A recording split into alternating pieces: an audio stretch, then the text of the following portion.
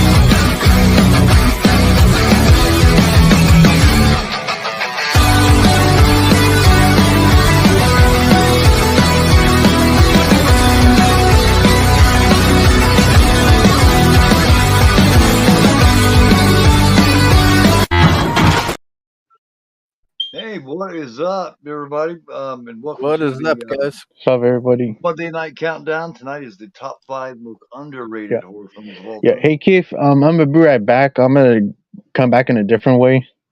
All right, man. Yeah, I'll see you I'll, in 10 seconds. Okay. right. No I'll problem. introduce everybody. Directly across from me is JT from JT's Horror Discussions. Welcome, man. Always great to have you. We got You too. Sean. Thanks. Sean somewhere there in the red room. In the Sean, red room. Like from Twin Peaks, the red room. oh shit! Blackout Black in Ops. the red room. Blackout in the red room. In the red room. What was that? No. In the white room with black red curtains Yeah. at the station. Cream. Great stuff. that's all. Oh yeah, hell yeah, it was. Yeah. Great stuff. I was in a huge Beatles mood earlier. I fucking put up on Instagram like 10 fucking covers of the Beatles. You know, They're my favorite band of all time. So I was just putting a bunch up. Hey. Floyd's great. They're one of my favorites too.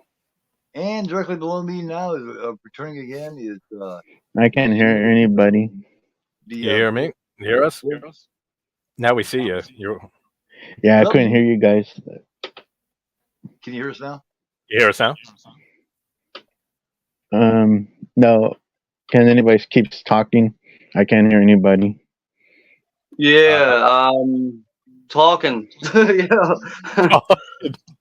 Talking. Yeah, I'm just trying talking. Can you hear the words that's coming out? Yeah, I'm just trying to tell you guys to talk because I can't hear nothing. You're just kind of frozen. You keep freezing up though. Like you keep freezing up. He's just sitting there grinning at us. See, he's just sitting there smiling at us. He's like, "What's up?" Yeah, he's frozen.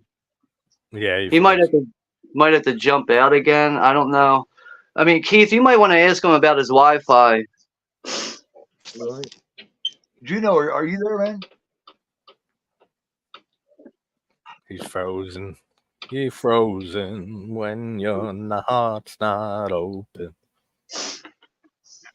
It is. I'm using my tablet right now because my phone's off, so that's why. Joseph, we got Ninja. Hey, Ninja, what's up, brother?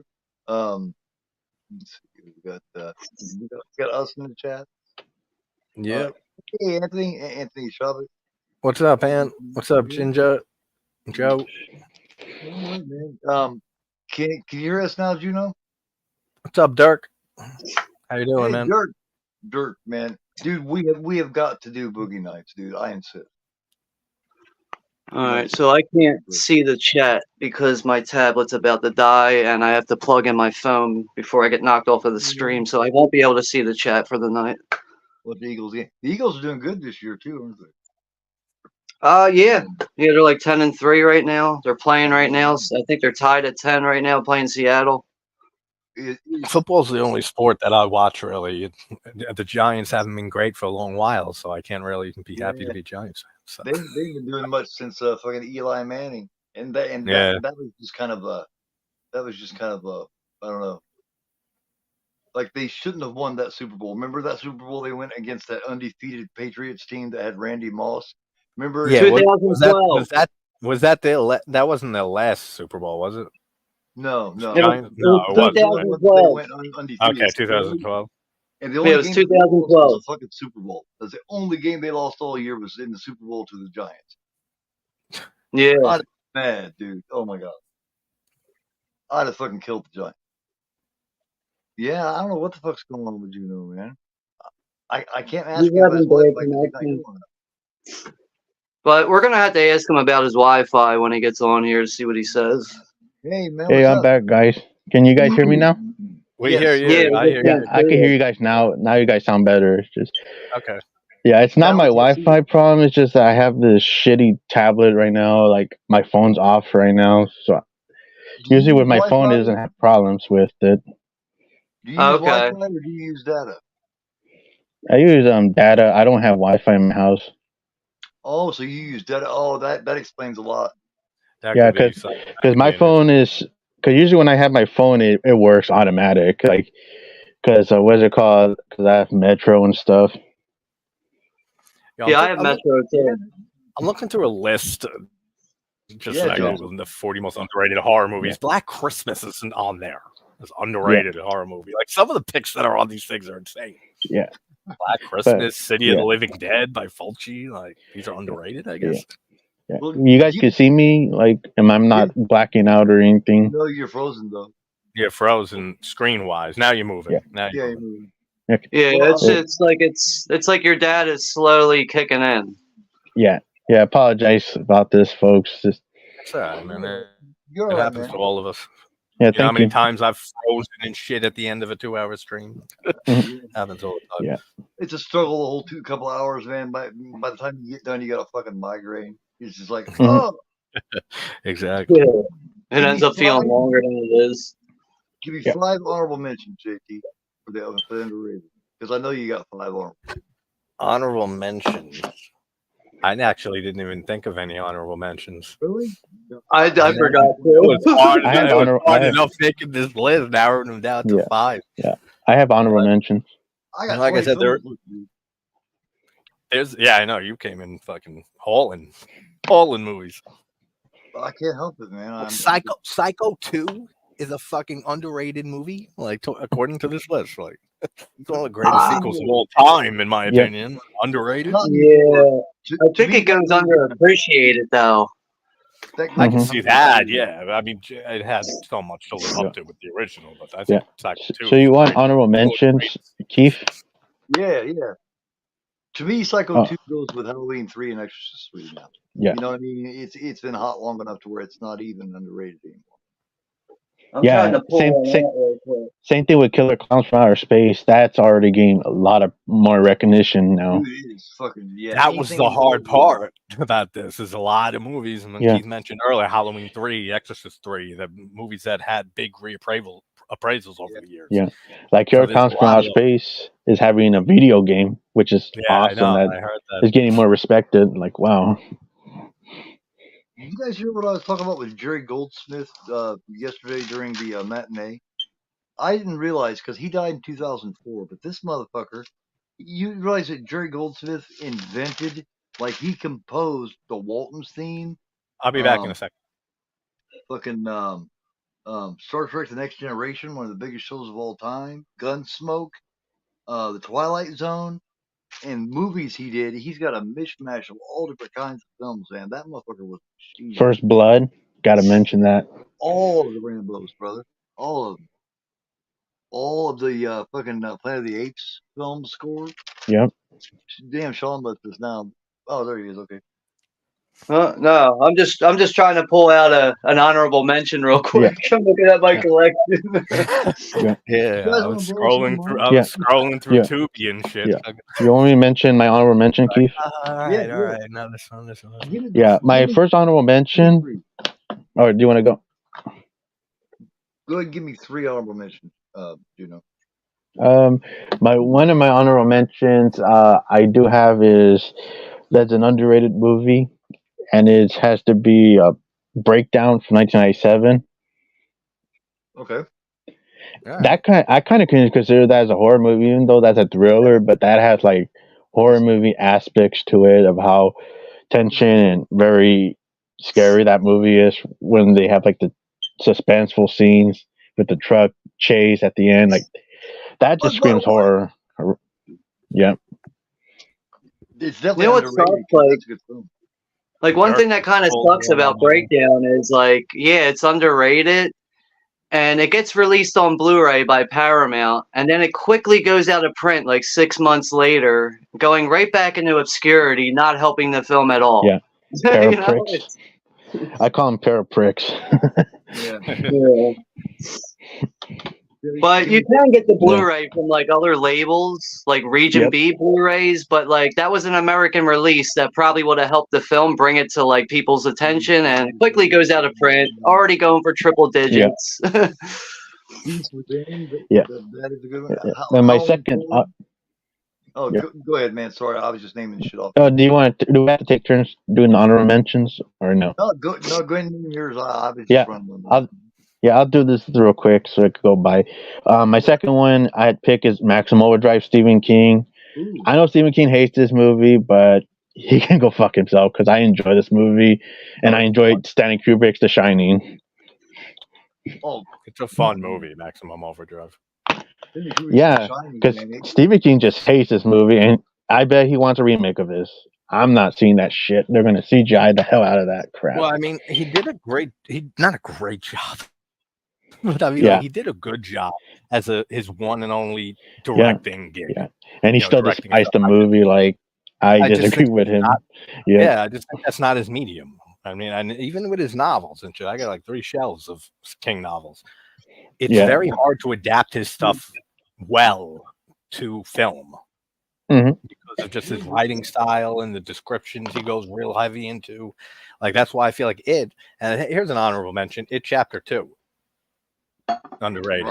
Right. Okay. Well, I don't like it nearly as much as Chapter 1. I think Chapter 1 is done much better. That's what I hear a lot. Which is most weird, people prefer it. He's got a great cast. Oh yeah, that's who's in it? Yeah. And my next honorable mention. Oh, go ahead. Do you want to finish, KT? Oh no, I just had one pop in my head. Yeah. Okay, but my next one, last honorable mention is Waxwork, the first movie. Ooh. Okay. They're both very underrated. Yeah, I do enjoy the second one, even though it doesn't like really match as a Waxwork movie, more like a time machine, but it's still a lot of fun, and it stars Zach Galligan, who played Billy from Gremlins, and he does a good job in this movie. And I think it's underrated when they have like the male lead kicking ass and being the hero. Like I actually do like when they have like the male lead. Alrighty. Yeah, Waxwork number 1. All right, Sean, do you got 3 honorable mentions? Yeah. I just pulled out 3 real quick off the top of my head, and I mean, even if like I had time to like, or if I was like thinking about it before like doing this real quick with the honorable mentions, I still think I probably would have went with at least 1 or 2 of these. So, but first one I have here, I mean, you could consider this a low budget horror film. It technically is, but I just don't really ever see it talked about that much. I know since Scream Factory released it, it's helped to revive the film again, and that's The Video Dead. That's a good one. Shit. Yeah, you're right. That doesn't get talked about a lot. Like rarely ever I see people talk about it. I know it was available on Netflix for a long time. I don't know if it's still on there or not. It is like, it works more like a horror comedy, really, but it really is a lot of fun. I actually seen it on the big screen before at a movie festival, but very fun film, really is. And I think you can still get this Blu-ray, this double feature, for like under $20. So if you're a collector and you don't have this, you're fucking up. Yeah, they put that out on DVD to begin with, that double feature, I do believe, and it went out of print real quick and became really valuable, kind of like the way Slumber Party Massacres did from Scream Factory, until they released the Blu-ray, and then it, you know what I mean, and now and $100 for it feels stupid. I mean, like the main reason why I ever really bought this, when this came out, I was like, oh, I gotta have TerrorVision in my collection, and I was like, I don't know if I'm familiar with The Video Dead, and I went and watched it, and I was like, yo, I actually like The Video Dead a little bit more than TerrorVision. yeah, it's kind of like Brain Dead, movies like that, you know? Yeah. Or like Blood Diner. Zombie movie ever. Blood Diner's a good one. Like stuff. It's like one of those like unintentional horror comedies. Like it's like they're trying to go for comedy, but like the horror aspect kind of overpowers the comedy in a way. But like then it's like a lot of unintentional scenes get produced in movies like that, and that's why I find horror comedies like that to have the most value. Oh, you can't recreate. I've always thought you can't recreate like cheese in a movie or campiness. Like that just comes like naturally. Like when I've seen a few movies, like modern movies that call back to 80s slashers and stuff, and they try to be that way and campy and cheesy, and it comes off just like totally just over trying and everything. Yeah. But there are there's a handful that do it good. Yeah. Like this, Maximum Overdrive, that's what I mentioned as well. That's up there with Video Dead. Yeah. Yeah, you can't you really can't reenact cheese because it's just you're forcing it. You know, if you're trying to reenact it, you're already off the bat trying to force it, you know? Yeah, it comes across very forced. You can't intentionally create cheese. No, you can. I mean, I've seen it done very rarely, and I can't even think of a movie off the top of my head. But I've seen it 2-3 times, but that's it. Like I consider those like a fluke, though. Even. But like that's like another reason why, like with a lot of Italian horror. Like there's times I'll be watching a certain Italian horror movie and I'm like, I don't really like this film, but these oddball characters that are making me laugh or it's like what's making me enjoy it. And it's unintentional shit. Like Early Argento, like his Animal trilogy has a lot of that. It's like very weird characters that just come in for a scene or two and then like they're gone and like he does it a lot, Argento, but especially like in his Animal trilogy. New York Ripper. Where the dude's molesting the chick with a foot, man. It's dude, that's like the weirdest fucking scene in a Fulci movie and stuff. I can't get into that scene. It's weird. I mean, it's very Fulci. I don't know, for some reason, I kind of like that scene in a weird way. No, I mean, like it just feels so random. But it's fine. She wants it bad. And this that's what I find weird about it. I find that's like the weirdest part about it is the fact that the woman wants that guy's foot in her fucking crotch. And it's like, what the fuck are you doing? It is into it. Isn't that the same character who was in watching the people fuck in the show earlier in the movie in Ripper? Yeah, with the jacket. And then she's in that scene with the She's a crazy character. That dumbass could have been hitting that. Instead, he's using his foot, making a joke out of it. I'd have been taking it in the back, fucking, taking care of shit, not using my foot being an asshole. But it's funny, like when the guy's like, "She loves it," and it's like so obvious. And he keeps saying it. He's like, "Oh, she loves it." It's fucking awkward. That's really knows what to do with it. That's his first thought of what to do with it. He's got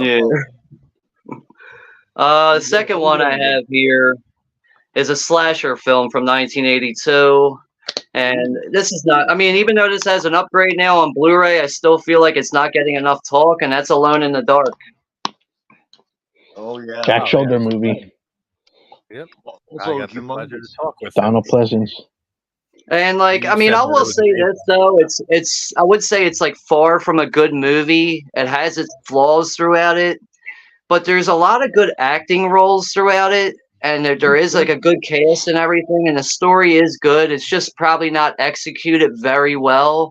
I just feel like the movie has really good moments, and then some oddball ones, and then some where it was like, "What the fuck were you guys doing there?" real quick, and then we move on. But altogether, it's a pretty fun movie. And I love when they all break out and they have the van and they're chasing down the fucking mailman, and and the one dude's like, "I want that hat," and they fucking run him over. Like that whole scene's just so fucking funny, man.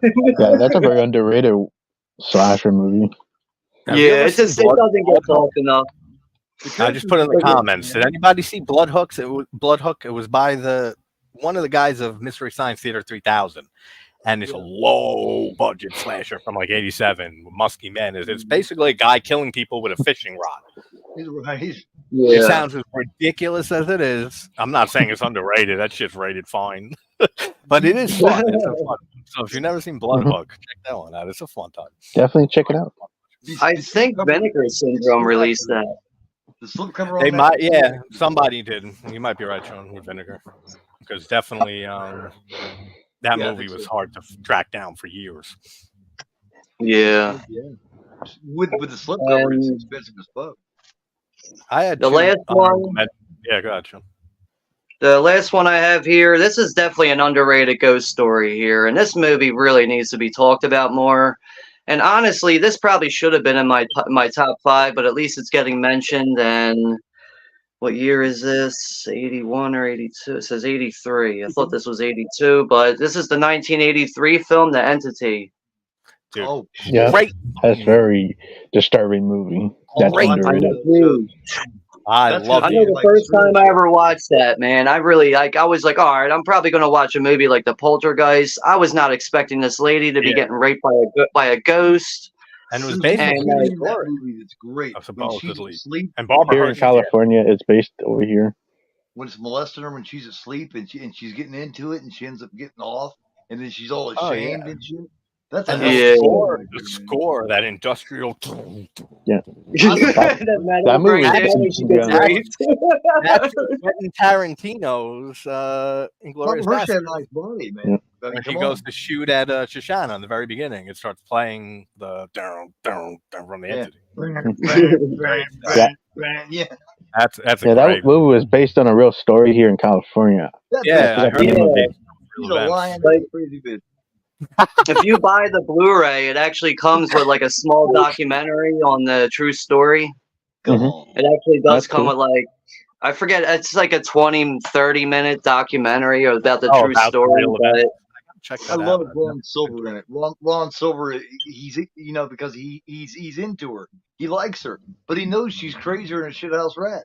yeah, And he's trying to help her, and they keep throwing his fucking ass out and shit. And then she's like fires him, and he's like, "I'm trying to help you," and she's like, "Well, help yourself out the fucking door." And but she ends up going to a bookstore one day to like find out like they get some books on poltergeists and ghosts, and she ends up overhearing these guys talking about ghost hunting and all this shit, and she's like, I got one in my house, and they're like, okay, and they come by the house and set up, and they think it's all a bunch of baloney until they finally get some evidence, and then they're like, all right, we got to bring the whole crew in now.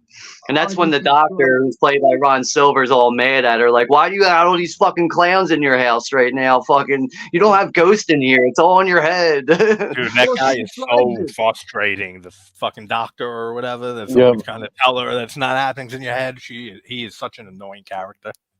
There's a big Really there's, puts there's her a through big shit. one given to her, and there's two little ones holding her legs. You know what I mean? She's like, there's two little tiny ones holding my legs. And then there's a big one And the fucking bladder giving it to effects me and from behind. stuff on her tits. Going The through her bladder effects look great. Yeah. Are you talking about the Entity or a different movie? The Entity's Oh, okay. I thought you were talking about like mixing up with Poltergeist 3 because that has a similar shit.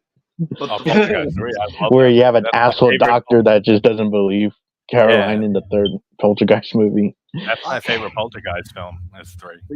But you gotta hand it to Barbara Hershey, man. She plays it. Really Yeah, well. that's a tough That's role one for hell of that. a risky role to take. Like, imagine Just- she yeah, goes reads the script. It's like, yeah, you're going to be getting, like molested right by this entity, this ghost or force or Damn. something. And she's And got a great that's a fucking brave body, role you know. to take. A very brave role to take. I hate to admit it, but I enjoyed that movie. I'm kind of a freak, man. I'm sorry. Oh, I love that. I did a podcast episode on it, The Entity. That's a great There's something movie. wrong with me. I'll just tell you now. Like, I really feel like when you watch a movie that's based on a ghost story and it has that true ghost story factor about it, it does add to your viewing experience because you already have it in your head. Like, well, I want to know, like, really what went down besides actually watching the movie on it. Either she's There's a crazy or she's movie blind. on my list that's like that. Not Ghost, but something that's based off a real event, and it hits you a lot harder when you watch the movie.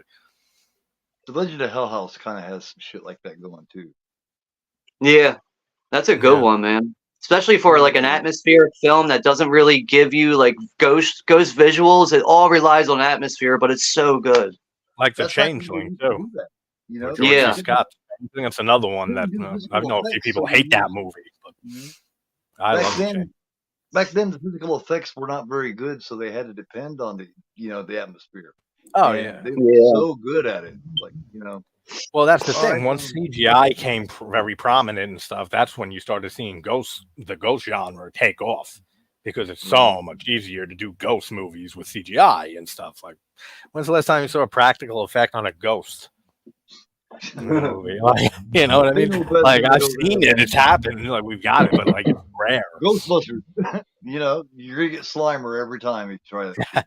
Yeah, exactly. I hate that 2016 bullshit. I came up with 2 other honorable mentions. Yeah. So I only got one. And Ghostbusters 2 is pretty underrated. Coincidentally, they're all Stephen King adaptations. I said in chapter 2. Now, the Dead Zone from Cronenberg from '83. I feel like that's a very underrated Cronenberg film. Yo, I thought about adding that one. I thought it was like, you know what? That is like at the same time. I do hear people speak highly of it. That's why I was like, I'm gonna leave it out. Yeah, they do. But I feel like in Cronenberg's like body of work, that's one of the lesser ones you hear about. That's the to like Rabid and Shivers, and which is great. Keith, I told you, by the way, I saw it recently, and The Fly and Videodrome, and it goes on and on. I mean, the Dead Zone, I feel like one that doesn't get talked about as much as it should. If he has a forgotten movie, it's definitely the Dead Zone. Like, I even forgot he did. It's like it's also I forget. Like, I could be wrong on this, but I really think that's the movie that really put Christopher Walken on the map as a legit actor, because, like, I think he actually won an award for that movie, too. I could be wrong about that. I forget. Like, somebody won an award. Somebody that worked on that movie won some kind of award. I know that. But like, I mean, like before, like, what was it? The Dead Zone came out in '83. I know in the late '70s, like, you'll see Christopher Walken in movies like The Sentinel and like co-starring roles, but like that was like his first real starring role, and for like people to like notice him. I mean, you know what? Actually, Deer Hunter came out before that, right? Deer Hunter '78. So like that was like really the movie that put him on the map. I think was Deer Hunter, and then the Dead Zone. Yeah, those two. Great score too. Is when he played Sean Penn's dad. That was my favorite role he ever did. In what the fuck is that called? He's got Sean Penn and he's got Christopher Penn, and his dad's a At Close Range. Yes. Yeah, is that it? Never did.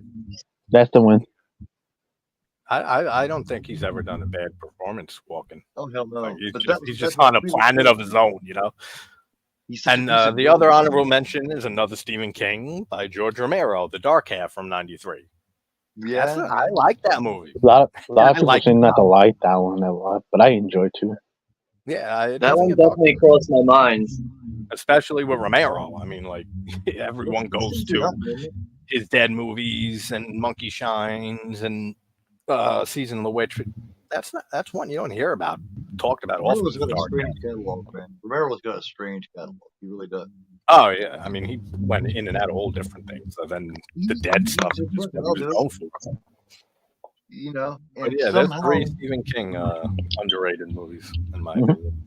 All right, well, I got one, so I'll just be nice about it. Name 3 or 4 or 5. I'll just start with this: the entire Saw franchise is underrated in my book. I agree too. And I'm a huge Saw fan. I fucking love it. The Saw franchise kind of gets too much shit on. Oh, it gets a lot of shit on. Oh, I just can't get into a franchise that just does the same shit. It gets tiresome for me. Well, you don't like sequels past like the 3rd movie most of the time, right? So yeah, they usually dry out for me at that point. It doesn't mean like I dislike all of them. Like, I mean, like with the Halloween franchise, I can go as far as 6 movies, but do I watch them all the time? No, I usually just watch the first 3. Yeah. How about this one? Dog Soldiers. Yeah. Dog Soldiers, underrated creature feature film that's horror and action packed throughout. I really like. Here's one thing. The Last Exorcism, but that one gets some love, but it doesn't get talked up enough. It's very forgotten. Like, here's one thing I noticed with Dog Soldiers. Sometimes I hear people speaking bad about it, and you can tell that they don't have much back knowledge on the actual film itself. They don't, like, most of the time people don't realize that it was a low budget film. It was made for pennies on the dollar, which is why the video quality itself is dog shit. it looks so bad, but the movie was made so cheaply, and for what they were able to make on a cheap dollar is actually pretty damn good. Yeah. And that Scream Factory Blu-ray looks fucking horrible. Yeah. That Scream That Factory movie's Blu-ray. Somehow they managed to make it look even worse than it did before. The Scream Factory Blu-ray did. I imagine. I mean, they had the 4K out now, but people got to understand this movie's just never going to look good because it was made cheaply. It was filmed on a cheap film stock. Yeah, I have the Scream Factory edition. But Dog Soldiers, it's great. Like, it's action packed and horror throughout, like nonstop. Like, it is like adrenaline rush horror movie. Dude, it's really like what was it? The first Blu-ray. It says something on there. It's like Jaws and Predator and something else thrown into one. Like it kind of is like that. It's like Jaws in the woods, you know. Yeah, and it's nonstop. Like it doesn't slow down. It gets you every scene, all the way to the badass finale. And even the wolves look pretty damn good too. Yeah. Yeah, this is like a whole good practical effects on the wolves. I decided to stay away from that thing because I can tell from looking at that video quality, it's always going to look bad. Yeah. I love the cover to that movie. How about Scarecrows? Yeah, very underrated. I still gotta check out Scarecrows. Last time I saw that movie, I don't remember the last. I actually watched it back in October for the 31 Days of Horror, but that is a very underrated slasher, and it's considered as a B movie because it does have fairly bad acting in it. But the way the story plays out, dude, in that cornfield like that, you don't really get a backstory. Well, you get some kind of backstory on this family of scarecrows or whatever, but. You know, it's these guys. They're all planning on pulling off this large heist, and one of them plans on stealing all the money and jumps out of the plane. So the rest of the movie, they're trying to hunt down their friend and kill him, but they end up landing on top of this fucking scarecrow burial ground, which is like the worst place you could have landed. Like it's and it's all open air. It's like 3 men lived there, right? Because in that picture, it's like 3 guys. And I think somehow they had some kind of witchcraft or something where they transfer their souls into these scarecrows. That or they weren't the scarecrows, that was actually their body. It never really tells that. But somehow all I know is you're right. It's like 3 of them, but like there was like a full family at one point. I just know that from watching it, it seems like they were farmers at one point. Yeah. And something came across with that witchcraft bullshit. They were probably afraid of dying from whatever it was they were dying from and decided to sell their souls. They got into some shit that they should have got into, yeah. Yeah. It's a very atmospheric film. I fucking love it, man. And it's got a great score. The very beginning of it, when it's telling, when it's running credits, that fucking score is just kicking ass, man. And it's done so neat.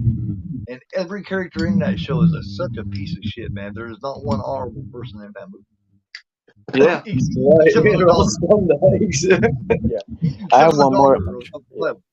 She's nice. She's the only motherfucker that's right. I have one more honorable mention. All right. I'm gonna pick Nefarious from this year. I haven't seen it actually. Yeah, I think it's an underrated possession movie because a lot of people forgot about this movie when I reviewed it and mentioned it to folks. Like, oh, I never heard of it. It's because Rotten Tomatoes fucking shit on the movie and gave it a bad score, and everybody did like shit reviews on it. Like, oh, this movie fucking sucks. It's just fucking preachy and stuff. Like, because they're kissing Rotten Tomatoes' ass. His performance is Oscar-worthy. There are a lot of movies nowadays that get hated on stuff for being woke movies and like I'll go into them and watch them and try to defend it and be like, yo, come on, you guys are just fucking reaping. Like, it's not Black Christmas 2019. That was one we thought. Like, that's a piece of shit. Jumping down the throat the whole time. I watched It's a Wonderful Knife recently, like Christmas Lights from this year. That movie sucked. But that was one good thing about it. That wasn't pushy like Black Christmas 2019. It reminded me of it, but it's not pushy in like its message. The message is a good one. It's just the execution was terrible. The trailer looked pretty cool too. It just sucks that I haven't heard one positive thing about it, so I'm just gonna stay away from it. Yeah. From the 2019, I did a rant on it. Happy Death Day. Like, but that's like a loop that she relives in Happy Death Day over and over again. It's like an alternate reality the main I'm not character big is on Happy put Death. into. Yeah, I mean, it feels like a Disney Pixar movie, like on crack, but a bad way. Like that. I don't know. I didn't enjoy it. But yeah, Nefarious, I mentioned that because it gets too much shit on. But it is a movie that I recommend, JT. It's pretty good. Yeah, Nefarious. I gotta check that. Yeah. Like overall, I feel like it is a good movie. I pretty much give it a 7 out of 10. I just wish the ending was thought out a little bit better and a little bit more logical. But other than that, it's a good movie. If you can get beyond the ending on it, it's a good movie. Yeah. So that's my honorable mention. Yes. May is another one. Oh yeah. Nobody That's ever another one talks that's about great. that. I swear that's only getting talk right now because of Second Sight. I love May. Secret's out on May though. Once the secret comes out on a film, you really can't call them underrated anymore. You know, I talked about May constantly so much that people started to pay attention. And then remember, I did that watch along on it, and then Second Sight brought out that limited edition. So now I think the secret's out on May. Yeah, I've loved May since it first came out. I love Angela Bettis. Oh hell yeah! And I actually like the Carrie TV remake from the early 2000s that she was in. Yeah, she's just spooky, man. Like I like her as an actress. Are you talking about the Carrie remake from 2002? That's not the bad. TV one. Yeah, I enjoyed that had one. Angela Bettis. I'm pretty sure it's the TV one. To me, that was better than Rage Carrie 2. It's the most accurate. Rage Carrie 2 is all right. I thought that was disappointing, the second movie. Yeah, I mean, it's hard to follow up Brian De Palma's classic. Oh, De Palma's is the best one, but that one made for TV with Angela Bettis is the most accurate to the book, I think, of any of them. Like how they're like the throwing the tampon thing, plug it. That's not how it happened actually. Well, if I remember correctly. And I think that one version with Angela Bettis, I think they do it the way it was actually done. But it's been so long since I've seen it. Yeah, I've always loved that. Always loved her as an actress. That's definitely it's been definitely getting more and more appreciation over the years. For sure. Yeah, that remake, I actually got introduced to that when I was like watching the Fox channel because one day I got sick and I was staying from school. That was on the Fox channel, and like I started watching it and being entertained with it. That's how I got introduced to the Carrie movies. That Masters of Horror that she did was kick-ass too. Remember she plays that bug specialist or whatever, and they send that big bug to Brazil, and it starts crawling, it starts biting her and shit. Yeah. I think it's called Sick Girl. Yes. It's Lucky McKee directed it. All right. So are we ready to start the 5? Do you want to kick it off, dude? Yeah. You want to go in order? JT goes first. I'll go next. Juno, and then you, or you want to start first? We'll start right in the circle, man. All right. Number 5, I have Lake Mungo. 2008. Lake Mungo is awesome. Right? I feel like people it's still getting love more every year, but it's still criminally underrated. Like that movie did nothing for me. Yeah, that's usually the split on it. Is that some people just find it boring, and others I love it. And actually, if you I remember when that was coming out. Like that was also another thing that interested me. But I found a DVD online for like $5, and I kept seeing articles online about people hyping up this Lake Mungo, and I'm like, all right, it's just got to be one of those movies I got to see. I go home, I get it in the mail, I get this used DVD in the mail, it's in fairly good condition. I think I paid like $5 for it. I put it on and I'm like, was something supposed to happen in this movie? Because it went by me. It went right by me because I didn't see nothing happen in this movie. It's a very slow burn. To me, it's just like creepy because of how realistic it feels. Like, it's not like found footage, it's like documentary, fake documentary. But they really seem like a real documentary. Yeah, I mean, just because of the fact that you're mentioning it right now, like I still have the DVD in my collection, but now that you're mentioning it, I kind of want to go back and see if there's something that I might have been not paying attention to. Because it's always wise to rewatch something, regardless if you're on the fence about it or if it's something you like. It's rewatchability on a movie. Like going back and rewatching something, it's always really important to do that, I think, especially as a collector. So some of your favorites doing that. Yeah, and sometimes like you could be watching a movie and just not be in the right mindset for it, and that can have you feeling like I don't like this movie. Well, sometimes you can't really identify if you're really in the right mindset for the right movie. Right. So that could be another factor too. So I do want to give Lake Mungo another shot, but I just know the first time I watched it, I was like, "What? Like this is it?" That's a very good point too, Sean, because about the mood that you're in watching a movie. Because there's movies I've watched and loved, and then rewatched I was in, I guess, and it went down or went up for me. Like rewatching is very important. But yeah, it really depends on what kind of mindset you're in at that time when you're watching a movie. Because, like, in your head, you could be like, yeah, I feel like watching this, but once you finally sit down and watch it, you probably don't feel like watching something like that. Yeah, no, exactly. Like Mike Flanagan, I just recently watched Haunting a Hill House series on Netflix, and he even said in an interview that he was highly inspired by Lake Mungo for that whole show, like a certain key thing in that show. And he said Mike Flanagan saying like he talked for like 10 minutes on this movie on Lake Mungo on a countdown. And he's saying like anyone who comes to me for horror recommendations, like Lake Mungo's the first movie I would recommend. I was like, wow, that's kind of cool. The Flanagan, but I was Lake Mungo, man. I started watching it, and for the first minute or two, I was caught, and I was interested all the way through. Yeah, you just like look at it. It's like, is this a real documentary? Like, it feels like really real. Like the actors and actresses, like the family, they come off genuine like people, like non-actors. Like it's really immersive. Like you believe they're a family. You know what I mean? Oh yeah. And then the whole reveal, I won't spoil it, but like the reveal on like Mungo, which you see on the phone, that shit is fucking, that's what got me. It builds to that, and you see what she sees on her phone, like later in the movie. That I won't spoil it. Yeah, I gotta check it out. I would definitely check it out. All right. Yeah, it's everywhere too. It's all over the place. Sean, what's your number 5? Oh shit! I can't hear nothing. Hello, Sean.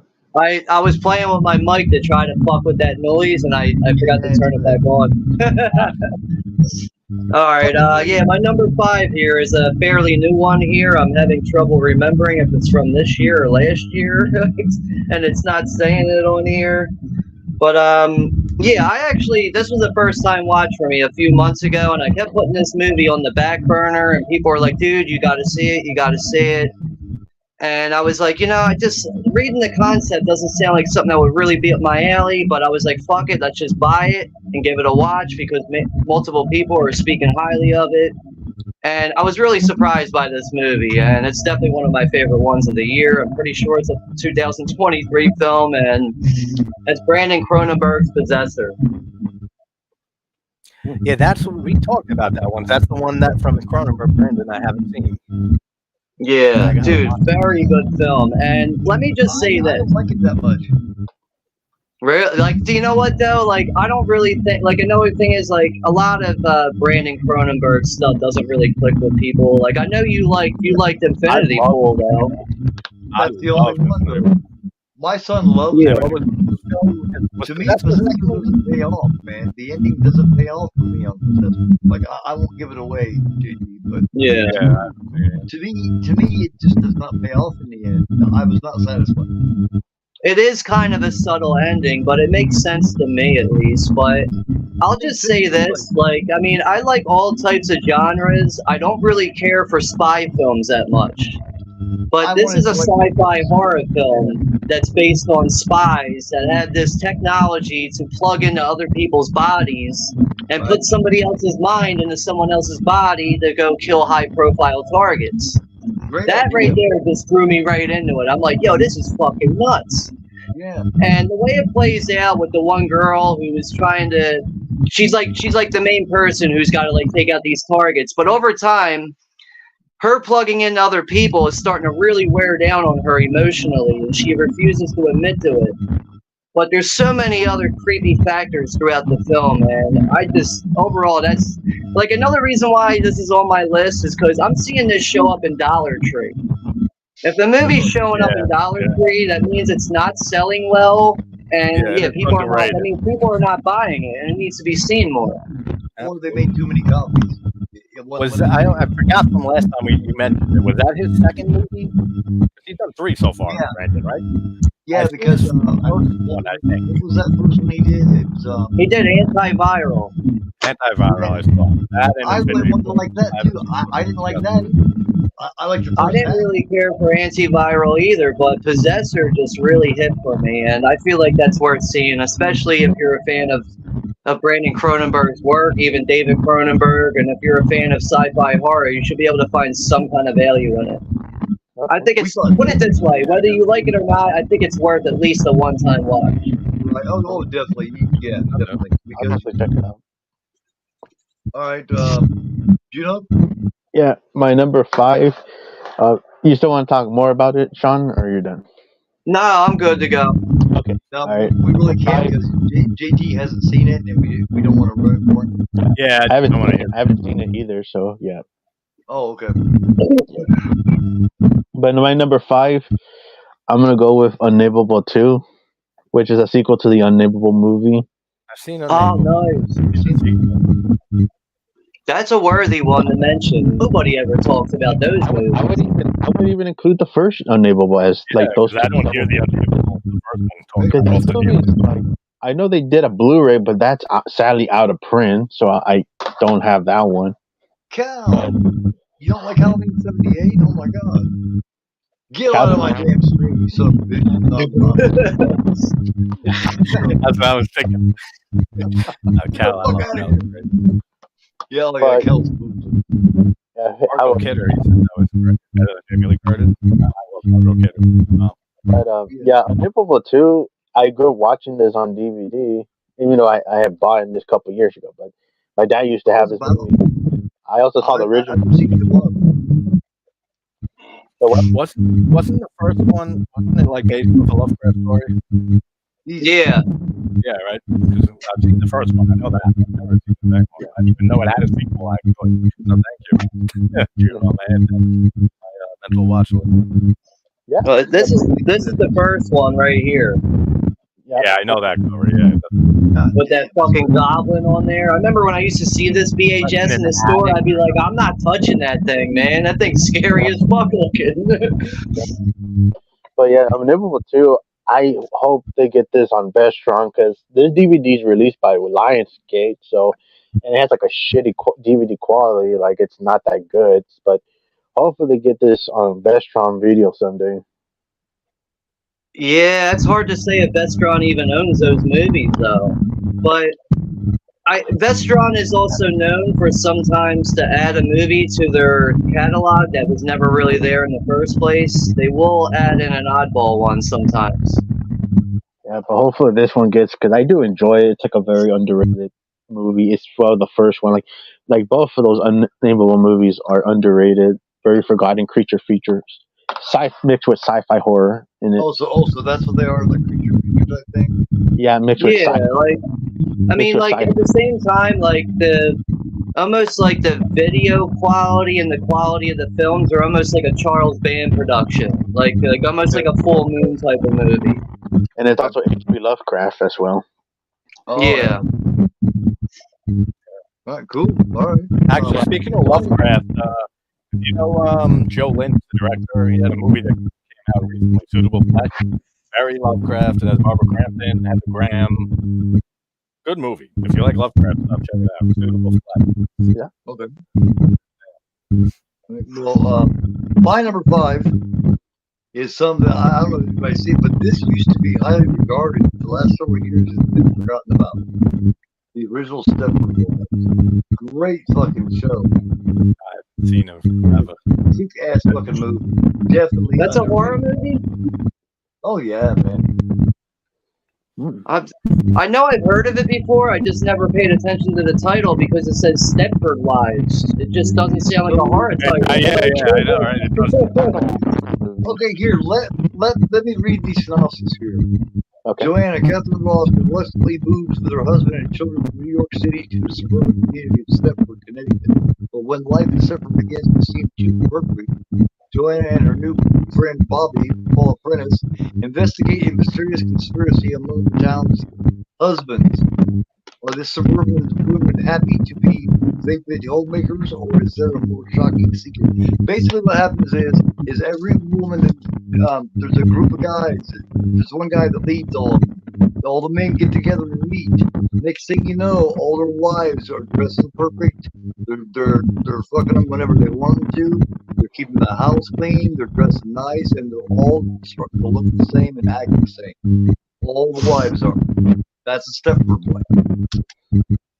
Who released that DVD? Sound like a horror movie. The name of it. This thing have a Blu-ray in the U.S. I don't believe, but this was released. This is a Paramount, and it was released. This movie is Okay. I see the Paramount logo now. You're a prick. 2004. It was released. It was 1975 when it was made. It has Catherine Ross in it, which was in the Legacy, and it's got Paul Prentice in it. It's got let me see. It's got Tina Louise is in it. Patrick O'Neill. It's also got the guy. If you see the Jeffersons, the one who played Tom Willis, he's in it. But it's a great fucking show. If you guys haven't seen it, watch this stuff. Yeah, I've heard of the show. I've seen so much. It's uploaded on YouTube much time. Check it out. I'll definitely check it out. Cool. It's weird. It's weird, man. It's weird. It's sinister. I'll put it that way. These motherfuckers want lives to do what they tell them to do. I'll put it that way.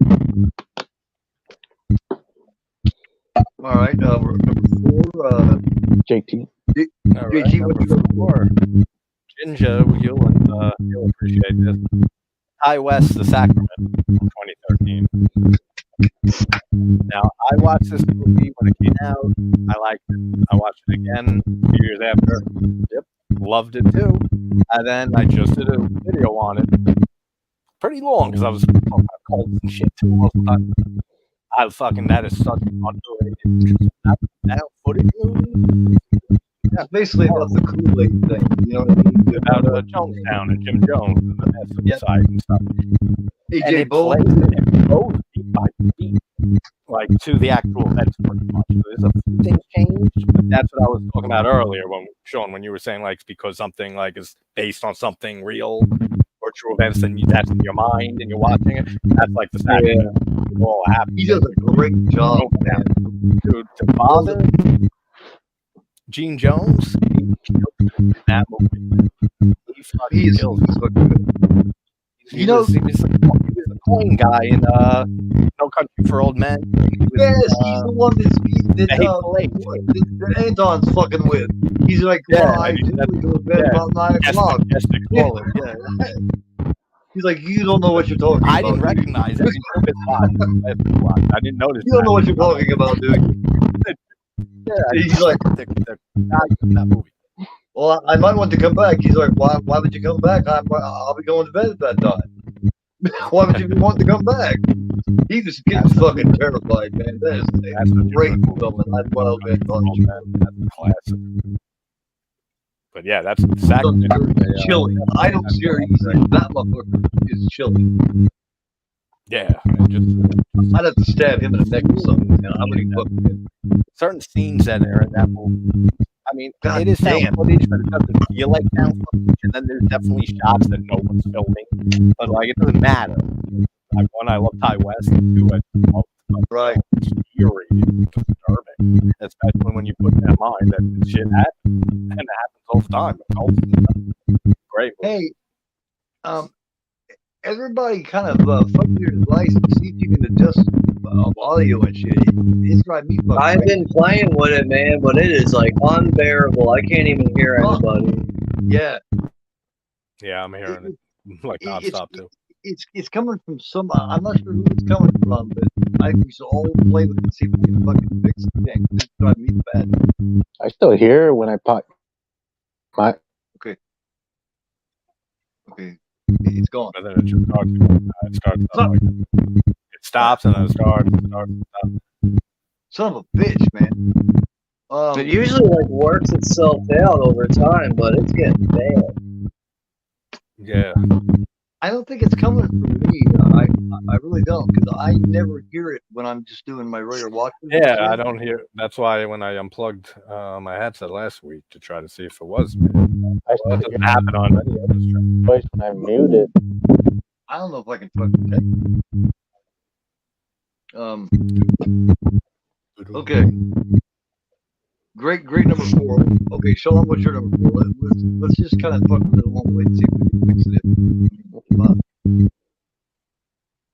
All right, my number 4 here is we got an Australian film here, and I know there's plenty of fans of this movie out there. I just don't hear people talking about this movie enough, and this is technically a Jaws ripoff, and this is the 1984 film Razorback. Oh, okay. I don't know if I've seen that. Yeah, I feel like this is a very underrated film. It is technically a Jaws ripoff, but instead of having a shark, you got a wild boar out in Australia attacking people. And a news reporter from, I believe there's a news reporter from America who goes over to Australia to try to figure out the situation, what's going on with the wild boars, and she ends up I think she ends up getting killed by a couple of crazy local guys. And the boyfriend decides to go over to Australia to go find out what happened to his wife, and he starts to find out about the wild boar and everything. So it's not just the main focus of this wild boar killing people. You got some crazy locals in the area that you have to worry about too. But very atmospheric film, and I love the way it looks throughout it. I hear a lot of people sometimes say, like, that movie's not good at all, it's overrated, I can't believe you like it. Like, I'm just like, what? Like, you gotta be fucking high on drugs, dude, not like this movie. I fucking love Australian horror, man. Australia does good horror. Yeah, like, I would say generally I do enjoy Australian horror, but, like, I just feel like that's a very underrated film, especially from the 80s, and it deserves to be talked about way more often. I still haven't seen it. I need to watch that. I've fallen way behind on my creatures, like, you know what I mean? On my monster type fucking horror for some reason. Yeah, that's a worthy one, but this was also released, it's got a 4K now, but this was released by Umbrella. Umbrella Releasing, I believe it's called. Umbrella Entertainment or Releasing, something like that. But it does have a 4K that's like $50 fucking, which is why I'm not buying it right now. I'm gonna wait till that price drops down. Yeah, they're underrated. I think we have to release that on Blu-ray as well. They're kind of like cold. But I feel like every horror fan has got to see Razorback at least one time in their life. Right then. So, Cal mentioned Wolf Creek. Wolf Creek 2 in there. Those are great. But I mean, the Secret's out. Everybody knows. All right, Juno. yeah, yeah, I enjoyed Razorback, Sean. That's a pretty underrated Australian horror movie. Yeah, I mean, there is people out there that do like it. I know that. There is, like, a fan base for it. I just feel like it doesn't get talked enough. Like, it just doesn't get enough talk about it. Like, people don't talk about it enough. It's I agree with that. I don't remember hearing about it, but it's definitely not talked about enough. Yeah. But not my number. It's also got a wild opening, too, man. Real wild opening. It sets the tone real easy. Like, really, like, it sets the tone for the whole movie. My number 4 is going to be like a sequel that I like from this franchise. There's a lot of horror movie franchises I enjoy, but this is the one that gets so much shit on that I enjoy, and it's Nightmare on Elm Street 2: Freddy's Revenge. Yeah. That's my favorite nightmare. That's probably the most sinister Freddy. My favorite nightmare. This one gets so much shit. Oh, yeah. Like, they say, it's the gayest horror movie. It's fucking stupid, and everybody considers this the worst Nightmare on Elm Street movie. I'm like, get the fuck out. Mark is gay. Mark is It's honestly been getting a lot more love over the years. That's another one. Oh yeah. A lot of people gave it undertone. Yeah, and I want to consider this documentary about that. the 2010 remake. Oh no, yeah. Like you can consider You're holding up the best series, and then the remake is just of that Fred. they're gonna consider this the worst one. This very underrated one that has the scariest Freddy Krueger. That's badass and vicious in this movie. Like this Freddy Krueger could have a run for his money in Freddy versus Jason. Like go all hardcore and crazy in that movie. Yeah, Evil is Freddy, dark is Freddy. Best line in the series of Freddy, or all my children now. Yep. A shot, the flames behind him when he says that. That's yeah, because I know a lot of people coming out of Jesse's everything. Because I know a lot of people shifting this because it destroyed the logic of how Freddy's in the dream. But like we already got that in the first one. Like that already had it. So like fuck it, it's the second movie. Just do it. That's exactly what Jack Shoulders said when I had him on. He said I wanted to do something different. Like I'm not following the rules of the first movie. And that's what he did. I feel like with Elm Street 2 is like the whole sinister Freddy factor, that should be enough for you to enjoy the movie. Because for me, like I don't look at all the gay parts about it. I know that those are there. They just come and go. It's like, all right, just something viewing there. Just watch extra. Because I'm mostly interested in Freddy in that movie. Not interested if characters are gay or not. Like, see, that's another thing. Like, people's everyday lives with the fact that they can't stand gay people is a factor why they don't like that movie, too. Yeah, what the fuck's up with that? I mean, for me, I don't have a problem with gay people. I have friends that are gay. If you want to go fuck your buddy in the ass, go fucking do that. You're not going to do it with me, though. I'm okay if you want to go stick your dick in some dude's ass, but you're not going to do it with me. That's up to you, yeah. That's your dick. You can do with it whatever you want. That's you, man. That's you. I'm not gonna do all this shit about it. When I was a teenager, I had a friend that was so gay, man. He was flaming. He was like, you know, but we were good friends. He didn't try to fuck me, so it didn't bother me. Right. I look at people that are of the same sex, they're interested in the same sex. They're just like everyday people. You can have a conversation with them. They're actually pretty cool people. They're not that bad of people. Like, for me to worry about gay people is such a waste of time. Such a waste of time to worry about gay people. Shit, when I was a kid, people acted like gay men tried to molest everybody. That's the way they looked at them. Like, if you were gay back in the day, you were some kind of a sexual deviant. Like, you tried to molest motherfuckers and everything if you were gay. That's the way they looked at them. Yeah, back in the day, much more with a stigma. That's just fucking ignorance. You know what I mean? Yeah, but like it does seem like that gay factor in part 2 is like how people can't get over that in real life. So like they just deny themselves with enjoying part 2 because of that gay factor. The guy that played Mark is good. You know, he really is. I mean, that's people take that subject so seriously. Freddy coming at it, Jesse, the fingernails coming out, and it was I love it. All that is like the knives and cracks that come out of his fingers in that one are they like anytime wearing a glove, like they come out of his fingers, right? Yep. Yeah. That was like a different look to the glove. I seen that at the theater, and I remember specifically remember him popping out looking at that pool party and everybody running. Man, I remember people seem to enjoy the fuck out of it at that time. To not like it just because it's man, what the fuck is a gay horror movie anyway? What the fuck is that? Yeah. I mean, and Mark Pat was gay. Or Mike Pat. He's got Mark Russell in it.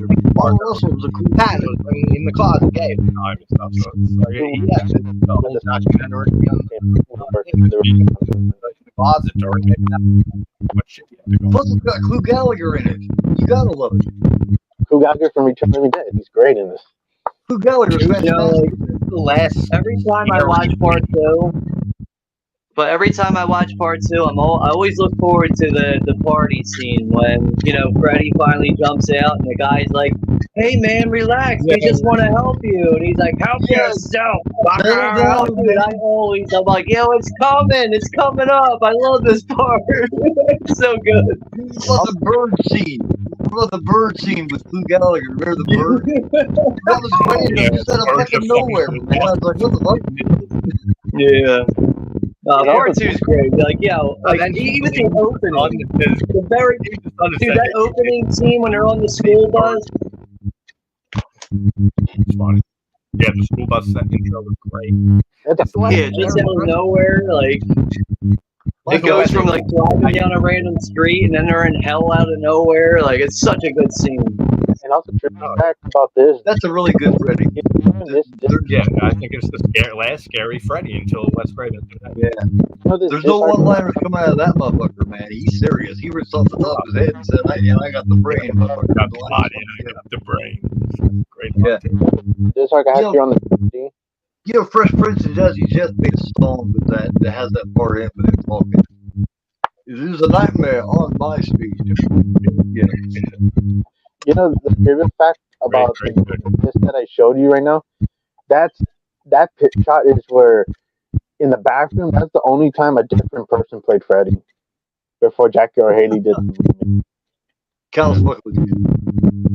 Cal says, Sean knows he likes that damn seat. Turn your head around and put your glasses on. This movie gets too much hated. Like, always considered the worst. Baron, how you doing, bro?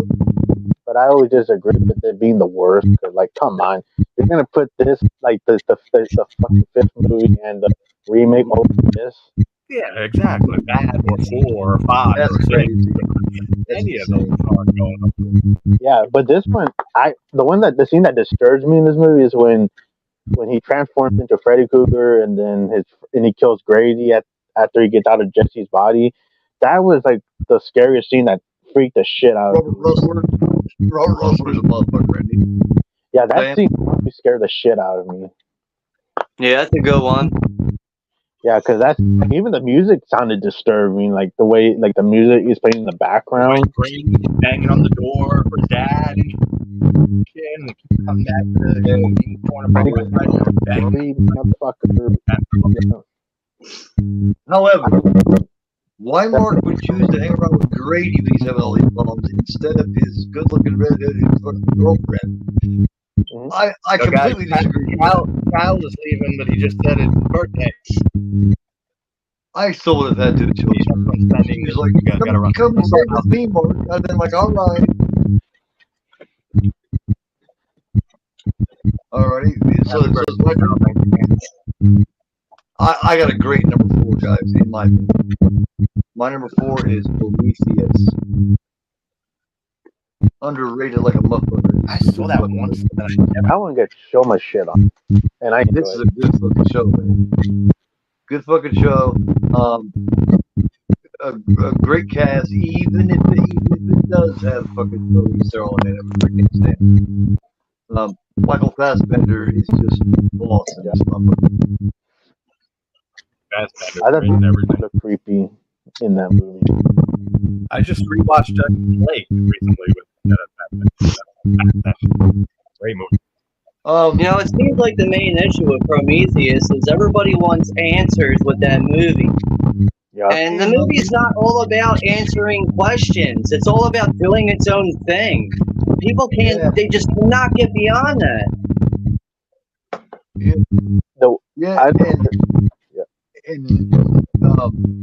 Dr. Elizabeth Shaw, played by Noomi Rapace, great job in this, man. This has it took balls to make this, man. I think it's one of Ridley Scott's best movies, and it's got great rewatchability. Yeah, I know that everybody seen the movie? Yeah, I've seen it. I have it. All right. Prometheus, like the back came out. Say it's not nothing with aliens. It looked like it wanted to try to be something different, but it's obviously aliens when they give us the face hugger at the end, and also the ship that the engineers escaping and it runs over Charlize Theron's character. That's the ship that they find at the first Alien movie. I wish they could have finished that. Yeah. They did 2 of them. I wanted to see the third one. I wanted to see it. That's probably why I never got big into and rewatched that Prometheus, because it is tied into Alien, kind of, right? And I'm not a fan of the Alien franchise.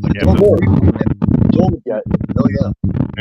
I think it would have been interesting if it would have been like its own movie, but it turned out to be a prequel, which was cool. But I just like it would have been Great interesting prequel, though, man. route.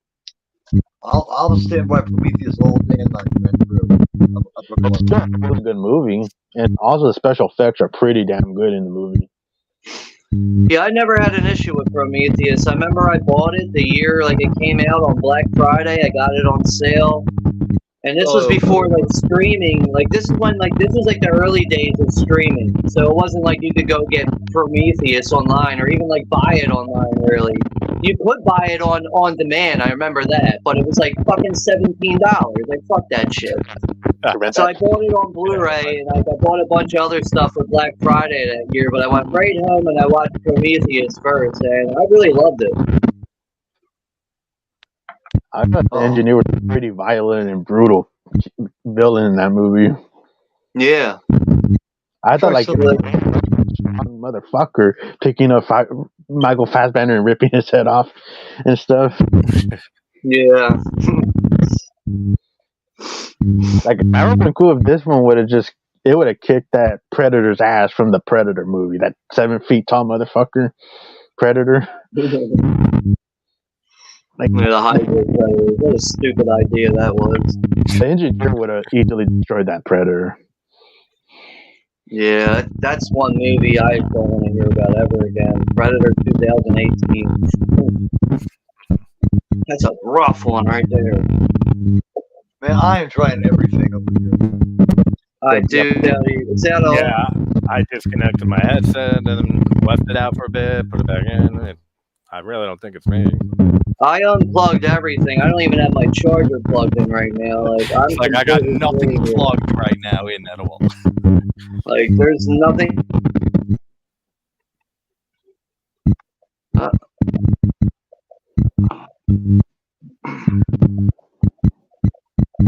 It's fucking with shit that. Mm-hmm. Now it's done. Now it's gone. Hello? Yeah, it's gone now. Can you hear me? Yeah, it's just a slight echo. I'd rather have an echo than yeah, exactly. Yeah, at least that's better. Yep. So your number 4 was Prometheus, Keith? Yeah, Prometheus. Yeah, I gotta rewatch that. Good one, man. I think Keith might be on. Can you hear us, Keith? Yeah. Oh, okay. Yeah. I thought he was on mute. Yeah, but one more thing about Prometheus, I actually do enjoy it. Yeah, I can hear you. All right, cool. But yeah, Prometheus all fucking day, man. I'll Very underrated. Good choice, yeah. Keith. You know what's funny though? Like I remember hearing Quentin Tarantino talk about Prometheus and how he hates the movie and has all stupid characters and everything. Yeah. But like the points he makes about Prometheus are barely even valid. Tarantino's an odd guy, man. He's really strong in his listening to him talk. But I agree with him most of the time. He loves grimy. Yeah. Like most of the time is the key word. Yeah. Where he was talking about Silent Night, Deadly Night, and he adores that movie. And he's talking about how it's just so fucking dark. And Silent Night, Deadly Night is a weird, dark show, man. The dude who plays Billy is absolutely fantastic, man. Like you really believe he lost his shit. And you see it happen. He's just like, and he's like, oh hell. Yeah. Naughty. Funny. Yeah. Prometheus. Chops off the kid's head that steals the sled from the little kids. Naughty. Yeah. He didn't appreciate that shit, did he? He didn't appreciate that at all. He's like, don't fuck with little kids, motherfuckers. Yeah, Prometheus. I saw it on the list on YouTube. It was like considered one of the 15 movies that was disappointing, which I didn't get because also there was another movie I enjoyed on there, which was Michael Mann's Public Enemy. I'm like, these movies I disagree with. Like those are not disappointing movies. I think they should just be more watch closer and see what you know about the movie more. Right. And Prometheus is an unofficial Christmas movie. Because in the movie, Christmas does pass by. Like I remember Idris Elba or whatever. He's like playing with the Christmas tree, and Charlize Theron comes out like, "What's that ugly thing?" And he's like, "It's Christmas." Hey, are you a robot? Yeah. Yeah. I enjoyed Prometheus. If you can't be with the one you love who you really. Yeah. Now we don't get to see the sex scene in the movie, but he clearly fucked her at some point in that movie. Oh, Because they made a lot of cutscenes. She said, "Come to my room in 10 minutes." He's like, "If you can't be with the one you love the one you with." Yeah. But he's like the only one. I hate her, but I'd like to see her get like fucked. apparently the whole Christmas holiday is like it doesn't even exist anymore because we're so far into the future and Earth has been ravaged. But he's the only one that remembers Christmas out of humanity. And that's when she comes out and she's like, "What's that fucking thing?" And he's like, "It's Christmas." And he's like smoking a cigar and shit. She's a fucking asshole. I think that's why she always plays an asshole, because she is an asshole. Yeah. Oh, probably. We got, I mean, she's another method actor, though. Yeah, because I know she's an actress that is up there with those actors that are hard to work with. Yeah, she is a method actor, but it's, whatever works for you, I guess. Here's Russell right here. Thanks a lot, man. I appreciate it. That's a joke, boy. You missed it. Went right past you. You gotta keep on your toes. What toes, that is? The fast ones get right by you. Keep your ears open. Yappity, yappity, yap. I can't get a word in each way. Fog on Leghorn. I fucking love him. Yeah, Prometheus it's very underrated. All right. So that puts us at number 3, JT. God, I'm so glad that noise is gone. Right. Let's continue enjoying this. This is not an underrated film, but I say this all the time that this movie is a masterpiece, and it's never brought up as much as it should be. It's never brought up when you're talking about best horrors, The Exorcist, The Shining, Halloween, The Thing, all down the line. The Omen. The Omen is such an underrated movie, I feel like. The whole a lot of people, it seems like I've always liked The Omen since I was a kid. It's never grown off of me. Like if anything, it's always grown on me over the years. But it seems like the movie is just a little too slow for some horror fans. I can see it. Yeah. But it's got David Warner in it. It's such great stuff. It's up there with The Exorcist and Alien. Yeah, like David Warner's Decapitation, and there's so much great stuff in there, but it never gets brought up with masterpiece horror movies. And I think that's it's a masterpiece. The original Final. The Omen movies are the original Final Destination movies, guys. I'm telling you. Yeah, the kills in it. Oh yeah, I've heard like that. Final Said that. What's it called? The Omen. Didn't it come out the same time as Black Christmas? No, I think 77, 76, 77. 76. Oh. So Black Christmas came out 2 years before, 2 or 3 years before. I always thought it was a 74 movie. Like it felt like then. Yeah, it's 76. I'm almost positive. Okay. Yeah, you're right, Tron. 76. Charles Bronson was originally going to be chosen to play the ambassador instead of To Kill a Mockingbird. Oh wow! Instead of To Kill a Mockingbird. It was going to be Bronson. Can you imagine if that was fucking Bronson? That would have been fucking balls, man. That would have been insane. Bronson. That'd be pretty cool to see Bronson going up against the devil. Even if it wasn't the Omen, I'll get revenge on you, you fucking devil. That would have been badass. More so bringing it up is just I always bring it up as the trilogy. I mean, Omen 4 sucks for the most part, but Omen 1 through 3 is a great goddamn trilogy. Yeah, with Sam Neill in the third one. That one gets so much shit on. Sam Neill was a great choice for an adult Damien, man. Everybody considers that boring, which I disagree. Nuts when people say Sam Neill's name and they just say, "Oh, like you asked Sam Neill, the Jurassic Park guy." It's like, oh man, and that's a movie. In the third movie, he gets 2 thumbs down by Cisco and Ebert. I'm like, they consider that movie boring. Like, I disagree. I don't know. Wait, JT, you mean to tell me you don't like The Omen 4, The Problem Child? No, I don't I've like the never fourth seen one. it. Dude, The Omen 4, I don't like the Omen 4 is it's all it is. It's a problem child movie, but you take the male out and you replace it with a female. It's a problem child movie. It's all it is. Yeah, And the best director they get for that, I don't think I the saw best it more than once. the best director they get for that was the director of Halloween 5, and he got fired on that set for being an ass throughout that movie. Wow, so that sounds like there was more than one person that was like, "Yo, fuck this guy." That's why there's two directors credited in the movie, because that director from Halloween 5 was a jackass in that movie, and he got fired for being rude to everybody, so he got replaced by another director.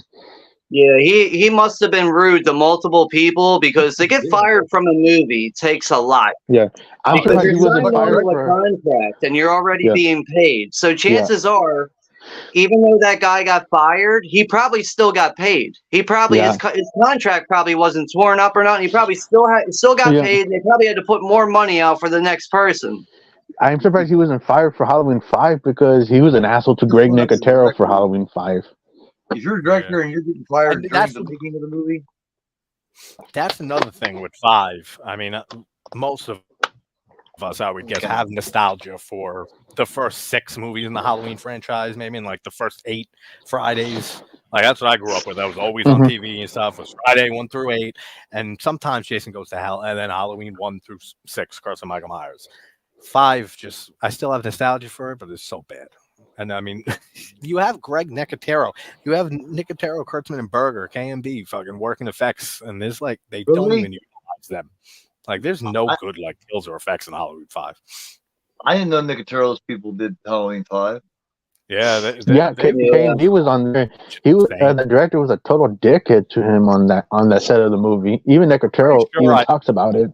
Yeah, I'm pretty sure I heard Nicotero in an interview or something talking. Like, he's trying to know how, the guy just being a smart ass. Like, he knows how to direct gore and do special effects. Like, he's just being a total dipshit to Nicotero. How fucking treat Greg Nicotero bad, man? What kind of person does that? Yeah, and after being fired from, I think a year, I think Omen 4 was made a year or 2 after Halloween 5. But yeah, where did that guy director go in his career? Nowhere. Who was that director? Who Dominic Gerard. I mean, Halloween 4's director just came out with Natty Knox a few months ago. I still haven't seen that. But The Omen 4 was also a made-for-TV movie. Yeah. I love the atmosphere in Halloween 4. I feel like it's the darkest movie in the franchise, basically. Like, with just like the atmosphere, even daytime shots feels like ominous and dark. Yeah, and I don't think they've ever captured like the Halloween holiday. Were you asking the director's name, Keith? Yeah. Oh, Dominic Gerard. But The Omen, man, I didn't think as classic as that movie is, it really is underrated, isn't it? Well, yeah, I would agree. It's what's funny. I'm glad it's being mentioned, because it really wasn't on my mind. And now that I think about it, I'm like, damn, it really is underrated. Because like nobody ever wants to talk about it. People only want to talk about The Exorcist, or what's the other one? Like, I mean, as far as like possession films go and stuff like that, and anything with like religion and stuff, like a lot of people don't talk about that movie. And even though now it's got a Blu-ray and a box set with all the films, you think that would help it a little bit more, and people still don't give a shit. Well, true horror fan, deep down horror they're fans talking like in chat about the CGI masks and H2O. Yeah. Like, I still have my Omen VHS tape. It's in my closet. I remember buying that when I was like 10 years old at a Coconuts. You remember Coconuts Music? You remember Coconuts Music? It was a place to buy like CDs and stuff. They would sell VHS tapes, but I remember buying it from a store called Coconuts. Was it like a Moms and Pop store? I had Sam Goody. Sam Goody was big in New York and near me. Hey, Sean, was it like a Moms and Pop store? Yeah, no, it was a chain store. It was like an FYE. Oh, okay. Like Coconuts was like an FYE, except for you couldn't trade in used stuff.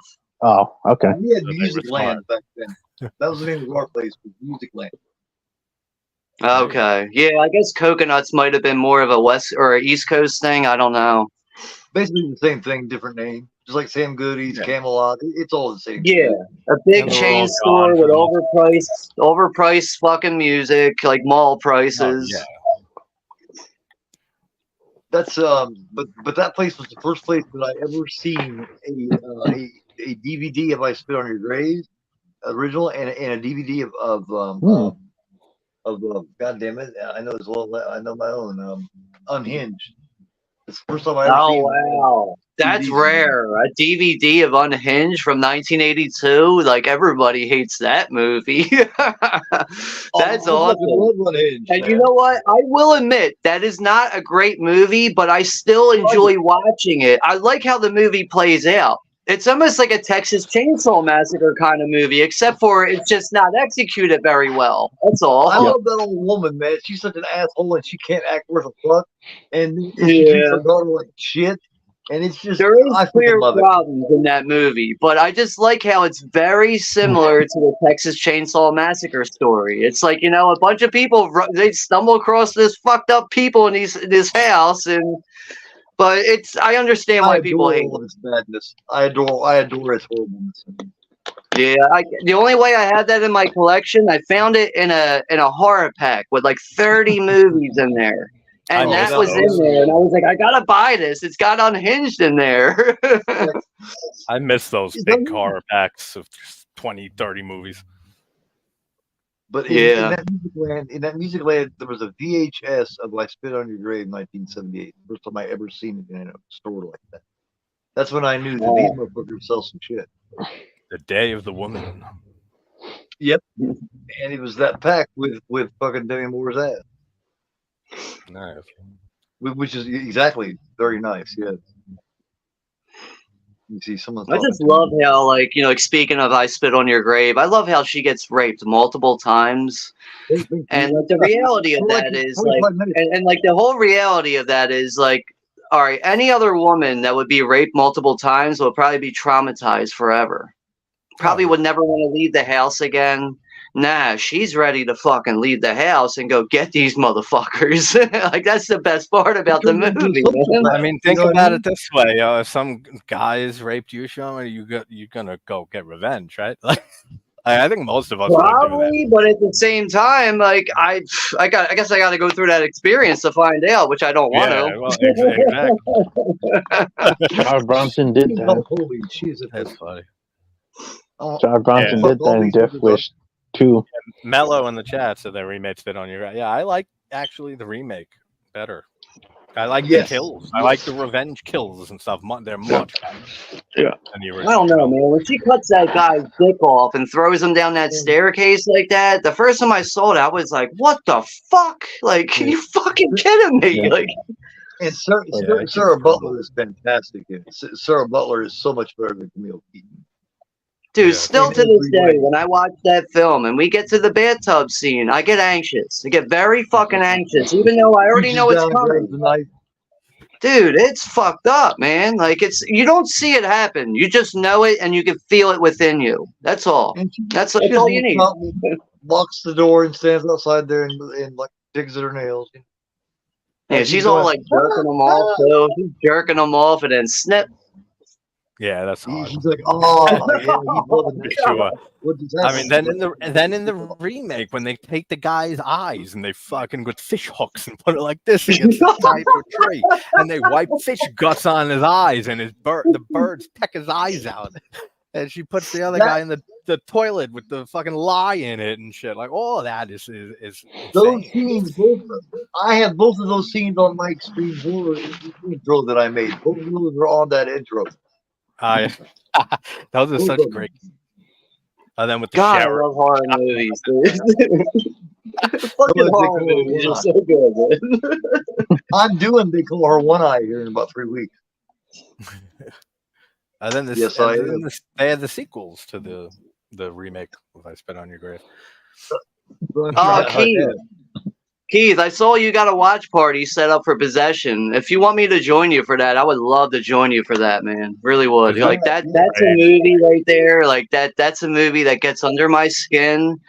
because it's a movie. Like, I really enjoy the movie, but every time I get done watching it, I go, all right, I got questions here. Every time I get done watching it, I have questions, and I can never really get straight answers from it because on top of the bizarre subject matter, you got amazing acting in this movie, and that's what I think really draws you into it. But once we start talking about doppelgangers, that's when your head starts to spin a bit. Like it's really not like she's great, man. She is fucking great in that movie in every way. Yeah, Isabella Adjani and fucking Sam Neill's in it. Like, dude, that is some of the best acting I've ever seen in a horror movie. Just like a horror movie on that kind of subject matter, I've never seen acting on that level in my life. It's just like an amazing, like, mental unraveling of these two. Yeah, dude, yo, when she has that miscarriage in the subway, what the fuck? Yeah, there's some crazy shit in that movie. I love Possession. I gotta watch that and do a video on that. It's a great movie. She cheats on him, so you hate her because he's hurt, and then you see her, and then you feel her, and then you desire her, and then you fear her, and then throughout this movie, you get about every emotion for this woman. Right. I mean, at one point, he's got to leave the house and go to a hotel because he has a mental breakdown. Yeah, he has to leave. Yeah, and he's got to ask one of the ladies. He goes, "What day of the week is it?" And she goes, "Oh, it's Wednesday." And he goes, "How long have I been here?" She's like, "You've been here for 13 days." And he's like, "Oh." Like, he's so, like, his wife has got him so screwed up. All right. I love when he's like rocking in the chair. Fuck that bitch. I would have been like, fuck her. I'm getting a divorce. Right? Yet the whole time you desire her because she's so fucking hot in a lot of ways. You know what I mean? You see her and something about her is so desirable, man. That's why it drives me nuts when I said earlier when people like talking Sam Neill and younger people just say, oh, the Jurassic Park guy. It's like, yo, come on. It's like Possession, The Omen 3, fucking In the Mouth of Madness. In the Mouth of Madness. Yeah, I can see why people refer to that, though, because if you look at it, Jurassic Park is probably his biggest movie. Oh, yeah, what the fuck, compared to everything else. That's the least of the movies he did, man. I mean, Dead Calm, Event Horizon. I mean, come on. Event Horizon's another great one, yeah. I mean, to be honest with you, when I think of Sam Neill, I think of The Omen. Like, when I hear Sam Neill, I think of him in, what's that, Part 3, I think he's in, The Conflict. Yeah. Like, that's what comes to mind. Not Jurassic Park. I think of The Omen. Yeah, I think In the Mouth of Madness and The Omen 3. Dead Calm as well. George took over and put him in the ass and shit. He's a total dick by that time. He knows he's the devil's son, and he's a cocky, mean son. Oh, yeah. And then the whole thing revolves around, is that the second or the third one? I think it's the third one, right? When it all revolves around killing babies. Like all the cult of Damien have to go around. And that's a movie that would never get made today. Yeah, they end up forming up this group that's willing to kill all these sacrificed babies that are supposed to be the devil and shit, and they're like all like 100% committed to it. Like, I do like that concept, though. That's something you wouldn't see today. They're trying to kill all the babies because they're trying to get the Nazarene when he's born. That's the whole point of that. They're trying to kill the Nazarene. Yeah. So that he can't kill Damien. Yeah, so he can't fight off against Damien. Right. I mean, it's a good plan. Yeah. Kind of fucking insane. You know, I mean, that's like mass fucking that's just mass craziness. Yeah, that's the shit that I like from horror movies. Like, nowadays, everybody's sensitive about that shit because now that won't make, because you get all this woke shit now that's made. And that's why the classics will always be around, at least in my eyes. That's the reason why they'll always be around. Well, that's why they do remake stuff every 15, 20 years and shit, because as time goes on, a lot of the old movies get forgotten, except for those of like us who are big into this shit, that are fanatics on horror. But that's why they do the shit. Every generation. The main factor is the cash grab. Their main factor is the cash grab, and then it's okay. Let's do that to revive the other film. Yeah. But then let's see what else we can milk this for to fill our pockets. I hate that, man. Everything's always about money. They want to remake The Crow. I'm like, that's what fuck that 5 shit. and 6 have been. They are 5 and 6 have been complete cash grabs, that series at this point. Like, I Stop don't know why people are so upset about Scream 7 and shit. Fucking who cares? Let them. I don't care about the Scream movies anymore. Let them leave the project. Let Ortega go do something much better, which she has great talent for, and call it a day. I didn't care about the Scream franchise after 6. Like I was done. I was when clapping they when fucked up. Dewey got killed. I hate Dewey. I hate that character so much. I like Doofy from Scary Movie better than Dewey. I really do. I love that character. He makes me laugh. Talking about Dewey peeing just my gets me womb. pissed. I'm Yeah. peeing my womb. He's bouncing around. Rob said to stop using the vacuum cleaner again. I'm trying to pick my womb, and he's bouncing around behind him. That's another thing that ruined Scream for me. Even like the original, that I like some things, and some things are great. I'll always give it that. But Scary Movie and Scary Movie 2 wrecked anything left of that. Like for me. Yeah, because I know Scream is not everybody's cup of tea. Like it's up there with slasher movies. That it's not people's favorite. But it's kind of a mixed franchise where there's people that love it, some people that hate it or think it's overrated. That you could. Oh yeah, that's where I fall. Yeah. I mean, I'm glad people like. That's great. Yeah, I thought the first film was pretty cool for what it was. Notifications a day about Scream streams and Scream news and Scream theories and shit when there's not even a movie yet. And I'm just like, what's the point? Get it, man. People are Scream crazy, man. They are for real. There is it's like a cult now. Yeah, it's right. You guys remember? It was pretty cool, but like the rest of that franchise, like you look at that shit in reality, it's fucking trash. It really is. They made a crappy MTV TV show that sucked. It's fucking Scooby Doo. Yeah, exactly. The series or whatever. This is how much they blend together for me. Scary Movie 1 and 2 and the Scream movie. And Scream 2, I did a video on it a few weeks ago, a month ago. I don't know why. It was on HBO. So I said, all right, I couldn't remember in the opening scene with the black couple, Omar Epps and the girl in the movie theater. They all got the Scream mask on, the ghost face, and then she gets stabbed and she's dying on the stage and stuff. I was waiting for them to start clapping. That's Jada That's a scary movie. That's Jada Pinkett. Yeah, I know. Yeah. But I was waiting for the applause, and then I was like, "Oh, that's right. That's a scary movie. This is serious here." The most evil one. I can't differentiate them. And of course, Scary Movie was the original title for Scream. Yeah. That's why anything with Williamson, except The Faculty, I love, and I'm pretty much convinced he didn't even write that. And I don't mind H2O. That's what I have a little nostalgia for it because it was the first new Halloween movie to come out in theaters, like when I was already a big Halloween and Friday fan. But it's this Kevin Williamson rewrote all over that script, and I just don't like it. The CGI, the shot between Laurie and the circular window, the door and stuff with Michael, if it wasn't all fucked up looking with his face, his mask, like that would be a cool shot. Well, they look eyebrows and shit.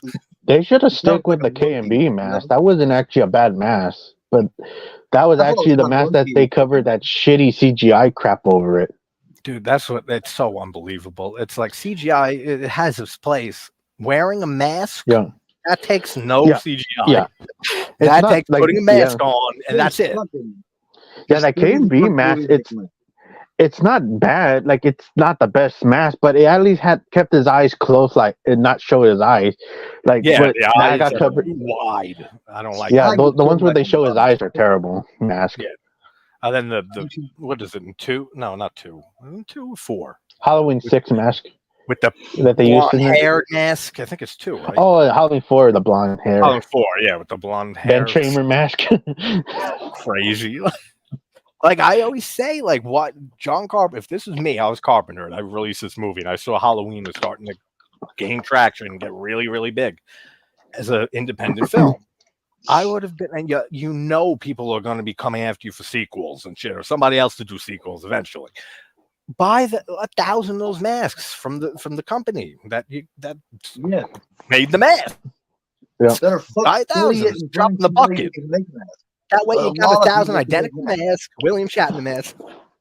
We would have been good with the same mask 18 movies in. Yeah, whatever it is. Like match it up. What doesn't match here? It's like you see the mask from the first one. It's like, does this mask look like that? What bothers me is on the cover of 4. That's the closest looking mask to the original, and it's not the mask used. The in the worst movie. mask. The worst match I have to go. The worst match I have to go with is Rob Zombie's Halloween 2, where it's half ripped. I love Halloween 2. I like the movie, but just the mask is horrible. Where it's showing half of his face, like. Something about that is got a great rewatch. I don't mind him talking either. He only says like one word. I prefer the theatrical ending over it. Oh man, or something. At least with the theatrical ending, he kept the mask on and he gets stabbed by Laurie at the end, which is cool. Yeah, I mean the white horse stuff is all stupid as shit. But putting that aside, I mean, like Hobo Michael, I've heard people bitch it like crazy on that. But it's like, what do you think he does? Like when it's not Halloween, he just vanishes into the ether and he's gone. Yeah. Like it makes sense if this killer is like riding the streets, rolling around the streets and shit. Yeah. In the theatrical ending, instead of that stupid ending where he's like saying die, you just have him kill Loomis, like slashing his head open and you see his brain and shit. Like that was cool. Making Loomis be it's a brutal slasher film. Like he deserved it because they made Loomis a jackass in that movie, so that was pretty cool. Like I like the way they killed him, Loomis, at the end of that one in the theatrical ending. They should have never done that to Loomis. They should have never done that to him. Make him be. Yeah, that was a big mistake to turn him. No, Loomis' character was wrecked. Because they did that previously in Halloween 5. Yeah, I mean. Yeah, basically. What? Do you know where he is? Why? Why are you protecting him? And he moves the damn thing out of the way, scaring Jamie. Like, and what the hell? House in 5. It's so annoying. The house in 5.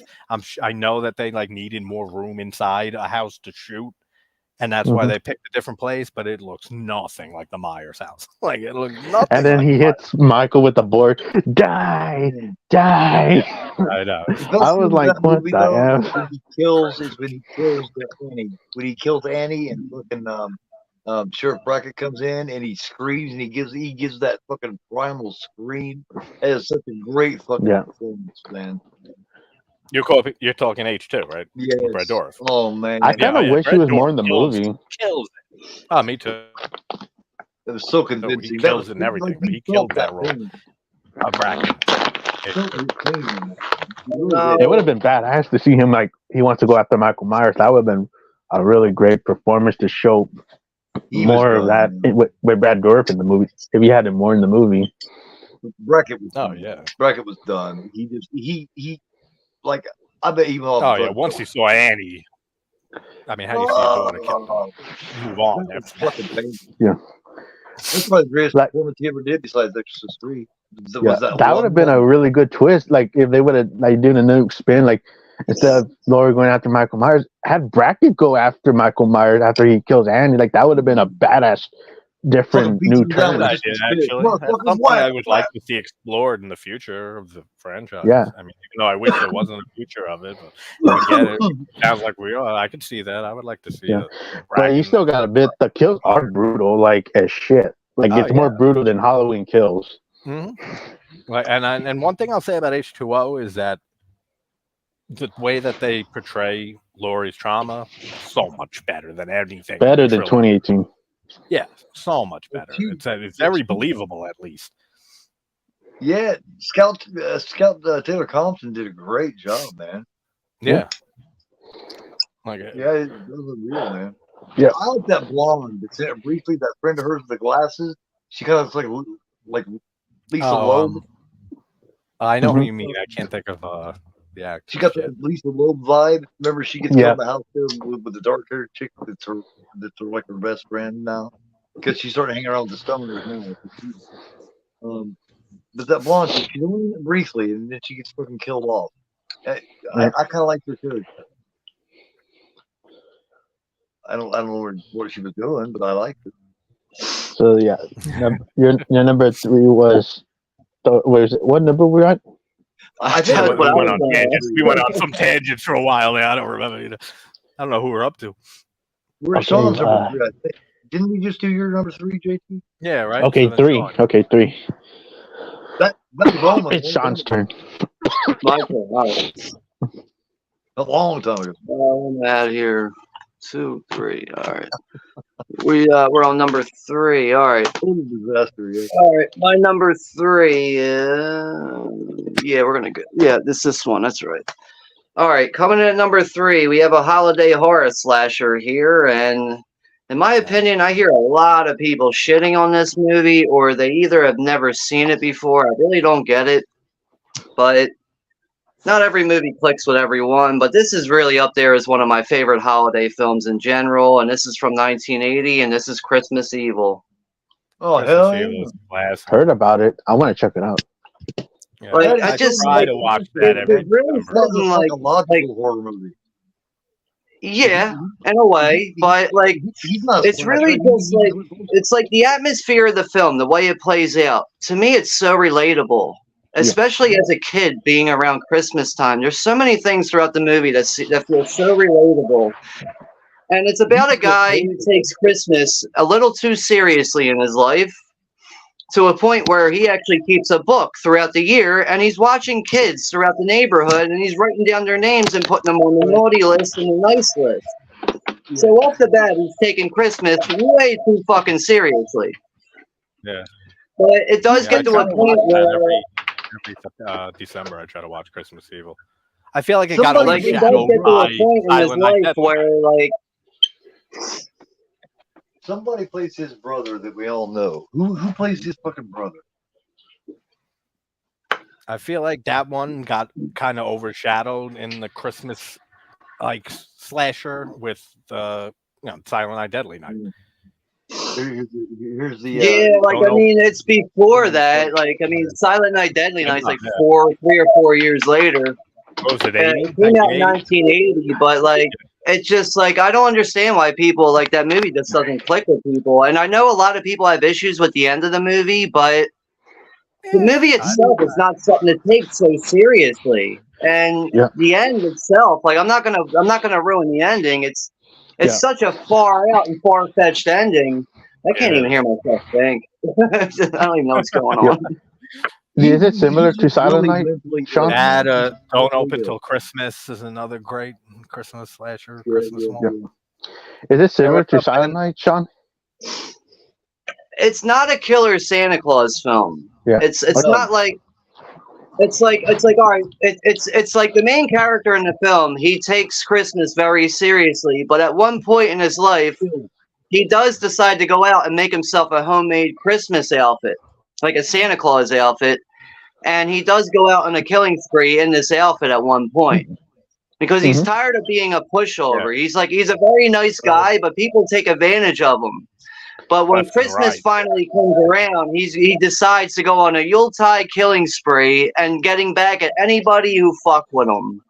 Well, look, his own brother that experienced the shit too, that was there too, treats him like a second-class citizen. You know what I mean? Yeah. He's become very mentally ill. He has no one. His brother just kind of has him over because he has to. You know what I mean? And it's fucking ridiculous. His brother's a total. Yeah, it's like his brother dreads having him around, but he has to have him around because his wife is always like, you need to call your brother and invite him over for the holidays and everything. And he is somebody that just never grew out of like the holiday season with Christmas. And he works in a toy factory, and he's always willing to fill in for his fellow employees, and they're always like, "Yo, I got that chump Harry working for me tonight."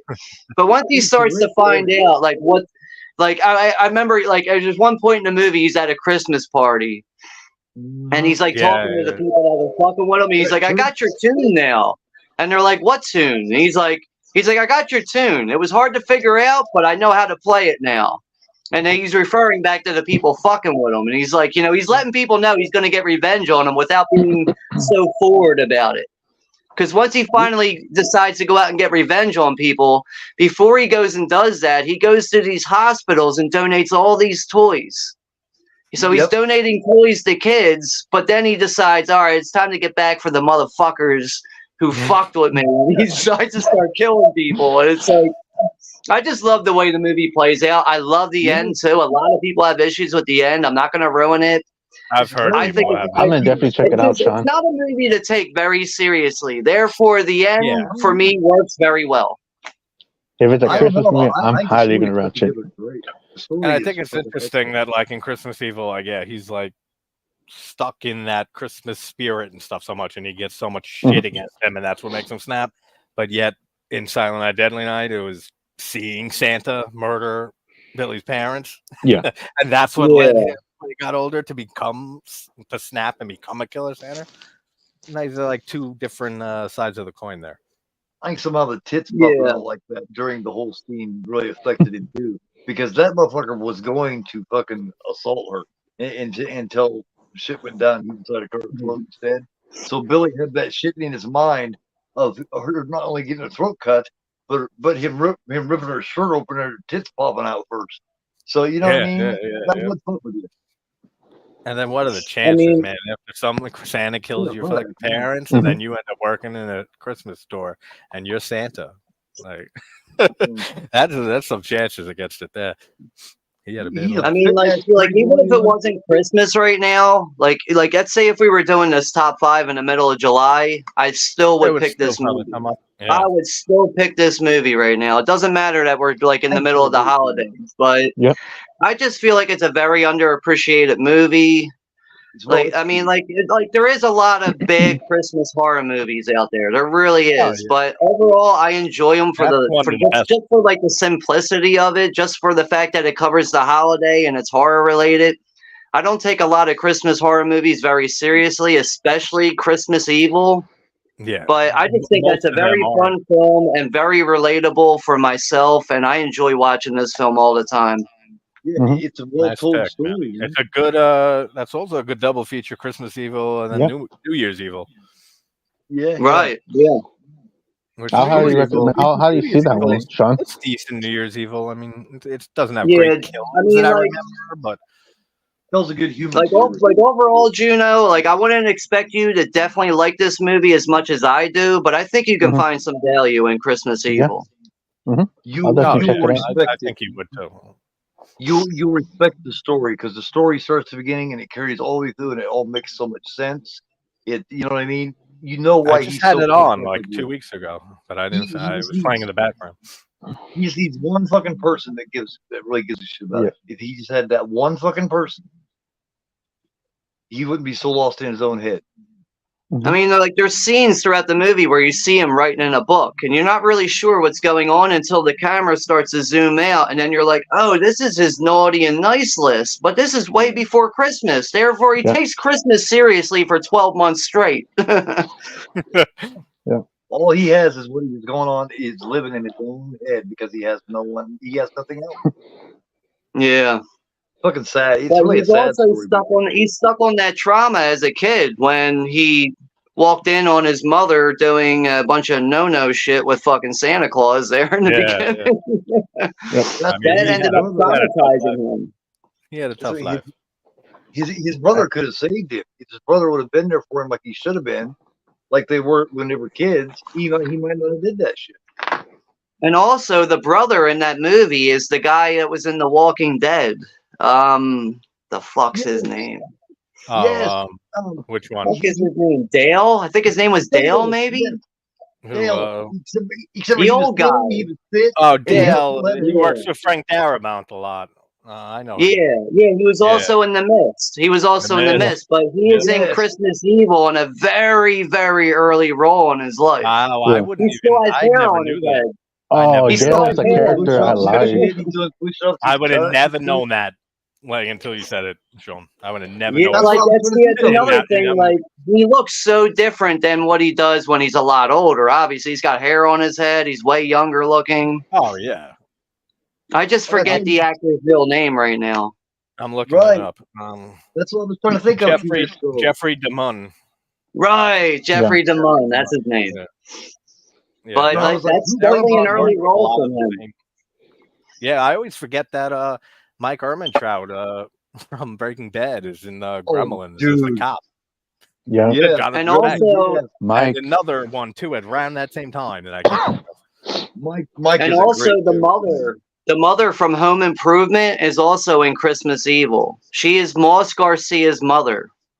You remember Moss Garcia, the one that gets caught reading the Penthouse magazine? His mother is the mother from Home Improvement. Yeah, I never knew that either. I never Wow. watched it. Wow. They look so different. That's the thing. Like they're so hard to point out because they're so know. young in this movie. It's so Then hard you to pick start them out. seeing like older roles, and you start thinking, like, wait, is that? Wait, no, it can't. But wait, it looks just like. And then you gotta look it up, and you gotta see, and then you get your mind blown. You're like, oh shit, it is him. Yeah, I'll Most definitely people check it get their out, start Sean. in horror. Most people get their start in little parts in horror. Most And then they people don't do. like to talk about it afterwards when they get big. The Yep. ones that do get big. Yeah, it's kind of like how Leonardo DiCaprio just totally denies that Critters 3 exists. Yeah. Depp does. Yeah. When's the Depp last There's an time you actor heard that Brad appreciates. talk There's about an actor that cutting glass? appreciates my next movie that I'm going to talk about. Depp loves to talk about how he got ate by a bed in his first role. Yep. Depp loves to talk about that. When's the last time you heard Brad Pitt talking about cutting class? Or George Clooney Good talking about word. Return to Horror High? Good word. Or George Clooney talking about From Dusk Till Dawn. And I love how they top bill him, like on any streaming service, anything nowadays with that movie, Return to Horror High. George Clooney. George Clooney was in From Dusk Till Dawn. That was a badass one. He's in it for 4 minutes. All right, Juno. My number 3 is a movie that I actually defend this movie, and it's Wes Craven's Shocker. Nice. Yeah. I know you. I think this movie is so fucking underrated. It gets so much shit on. I know that some people have their opinion about it. Like, of course, it's not a straightforward scary horror movie or serious. It's actually pretty goofball kind of horror comedy. Fun, man. Plus, just having fun.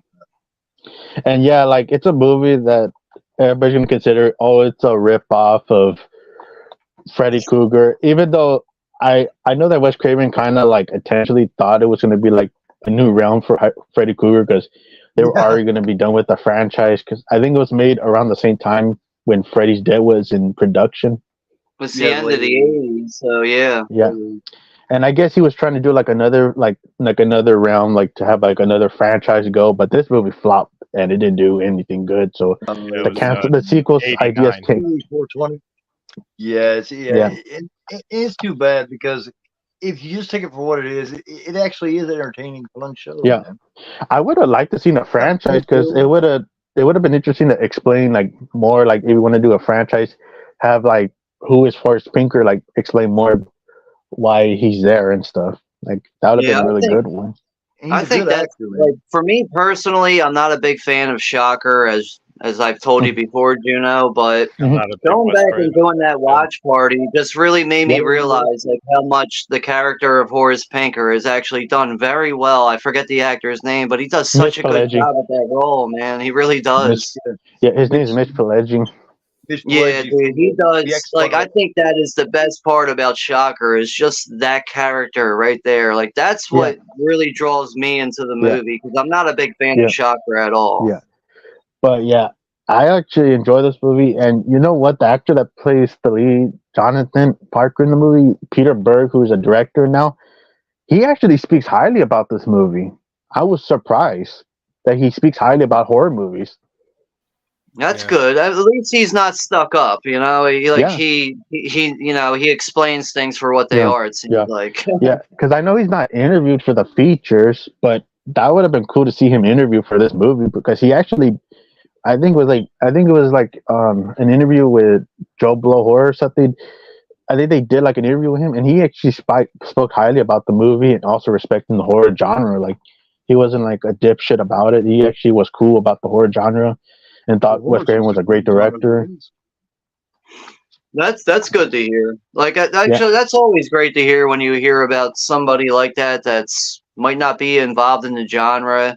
I mean, he is more of like a film director now. I don't even know what he's doing nowadays, what Peter Berg is doing, but that is good to see that he's not stuck up with the way things are, I guess. Like, he obviously he's not involved in making horror films. Like, I don't know what he's up to nowadays. I just know he's not making horror films, but at least he's able to appreciate his early work. Yeah. And I also like the soundtrack to the movie. The soundtrack, the rock soundtrack that they have is really bangers. Songs still here. They started doing that in the late 80s. They started adding a lot of rock and a lot of heavy metal to it. Like, it started with Jason even into the 90s and shit. I was just watching something early 90s B movie, whatever, and there was a lot of fucking metal solos and shit through it. I'm like, wow, this is like mid 90s almost. They're still going on with with all that. I think it was a Full Moon Picture. But yeah, I like the soundtrack. My favorite song, I would have to say, is the Sword and Stone by Bonfire at the end of the movie. That was to me, every time I hear that song, it's such a badass banger to listen to. Yeah, overall, I think it is worth I think it's worth mentioning Shocker in a top 5 like this. I do think it's an underrated movie. Yeah. Going back and doing that watch party, I would say that it's grown on me a bit more, but I still have certain issues with it as far as taking it seriously, because it is like a straight, all right, it's not a straightforward horror film, even though there is serious situations throughout it. Some scenes are executed well, some are just a little questionable at times, but to be fair, I do feel like it is an underrated movie. Yeah, so that's my number 3 on the list. Shocker, Wes Craven, underrated movie. Yeah, I think that's it's worth mentioning in the top 5 like this. Really Yeah, thank you, man. But what's your list number 3, Keith? Well, my number 3 is one that I've mentioned several times, and I wish more people would check it out. It's The Taking of Deborah Logan. I don't know That's if a great one. I just rewatched that like a month ago. That's like the found footage movie. It's pretty good.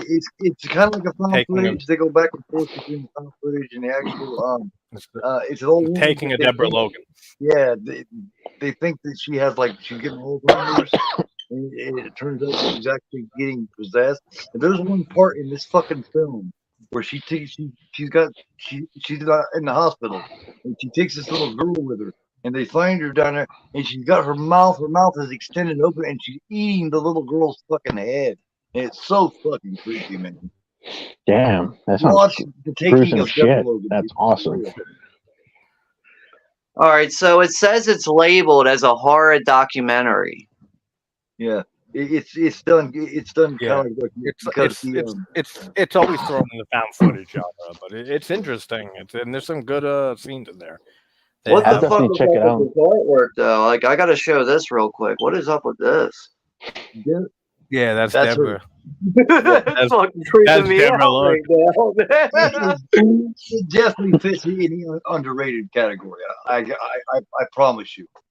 I'll definitely check it out, Keith. And it says here it's from the director of Insidious, The Last Key, and Escape Room. Yeah, I mean, Insidious. Yeah, they're all right. The first few of them. The recent one that came out this year sucked. Yeah, it was terrible. I mean, IMDb, it's not wise to rely on IMDb ratings, but they do give it a 6 out of 10. So, almost anything that's on IMDb that's over a 5 is usually worth watching. Oh yeah, it's usually definitely watchable if it's a 5 or over. That's like a general rule that I go by. To me, Rotten Tomatoes is the one I avoid. To me, Deborah Logan's better than a 6. I would put it at about 6. Yeah, 6.5, 7, please. Yeah, but a site like IMDb, they're always going to find a way to underscore you. You know. Yeah. It's very well executed. You know what I mean? And it definitely, when it wants to creep you out, it does.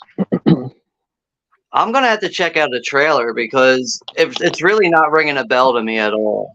Just by looking at artwork and reading about it real quick, I'm not big on found footage, but I am open to it. Yeah, but it doesn't feel like a found footage. The footage, it doesn't. It's footage shot by a college people that Deborah Logan's daughter got a hold of to come and document her descent into dementia. So that's where the documentary part comes in. Yeah, or it's labeled. It says it's labeled as a horror documentary. Yeah, it's like a found footage, fake documentary type format. It is good though. There's some creepy scenes in it.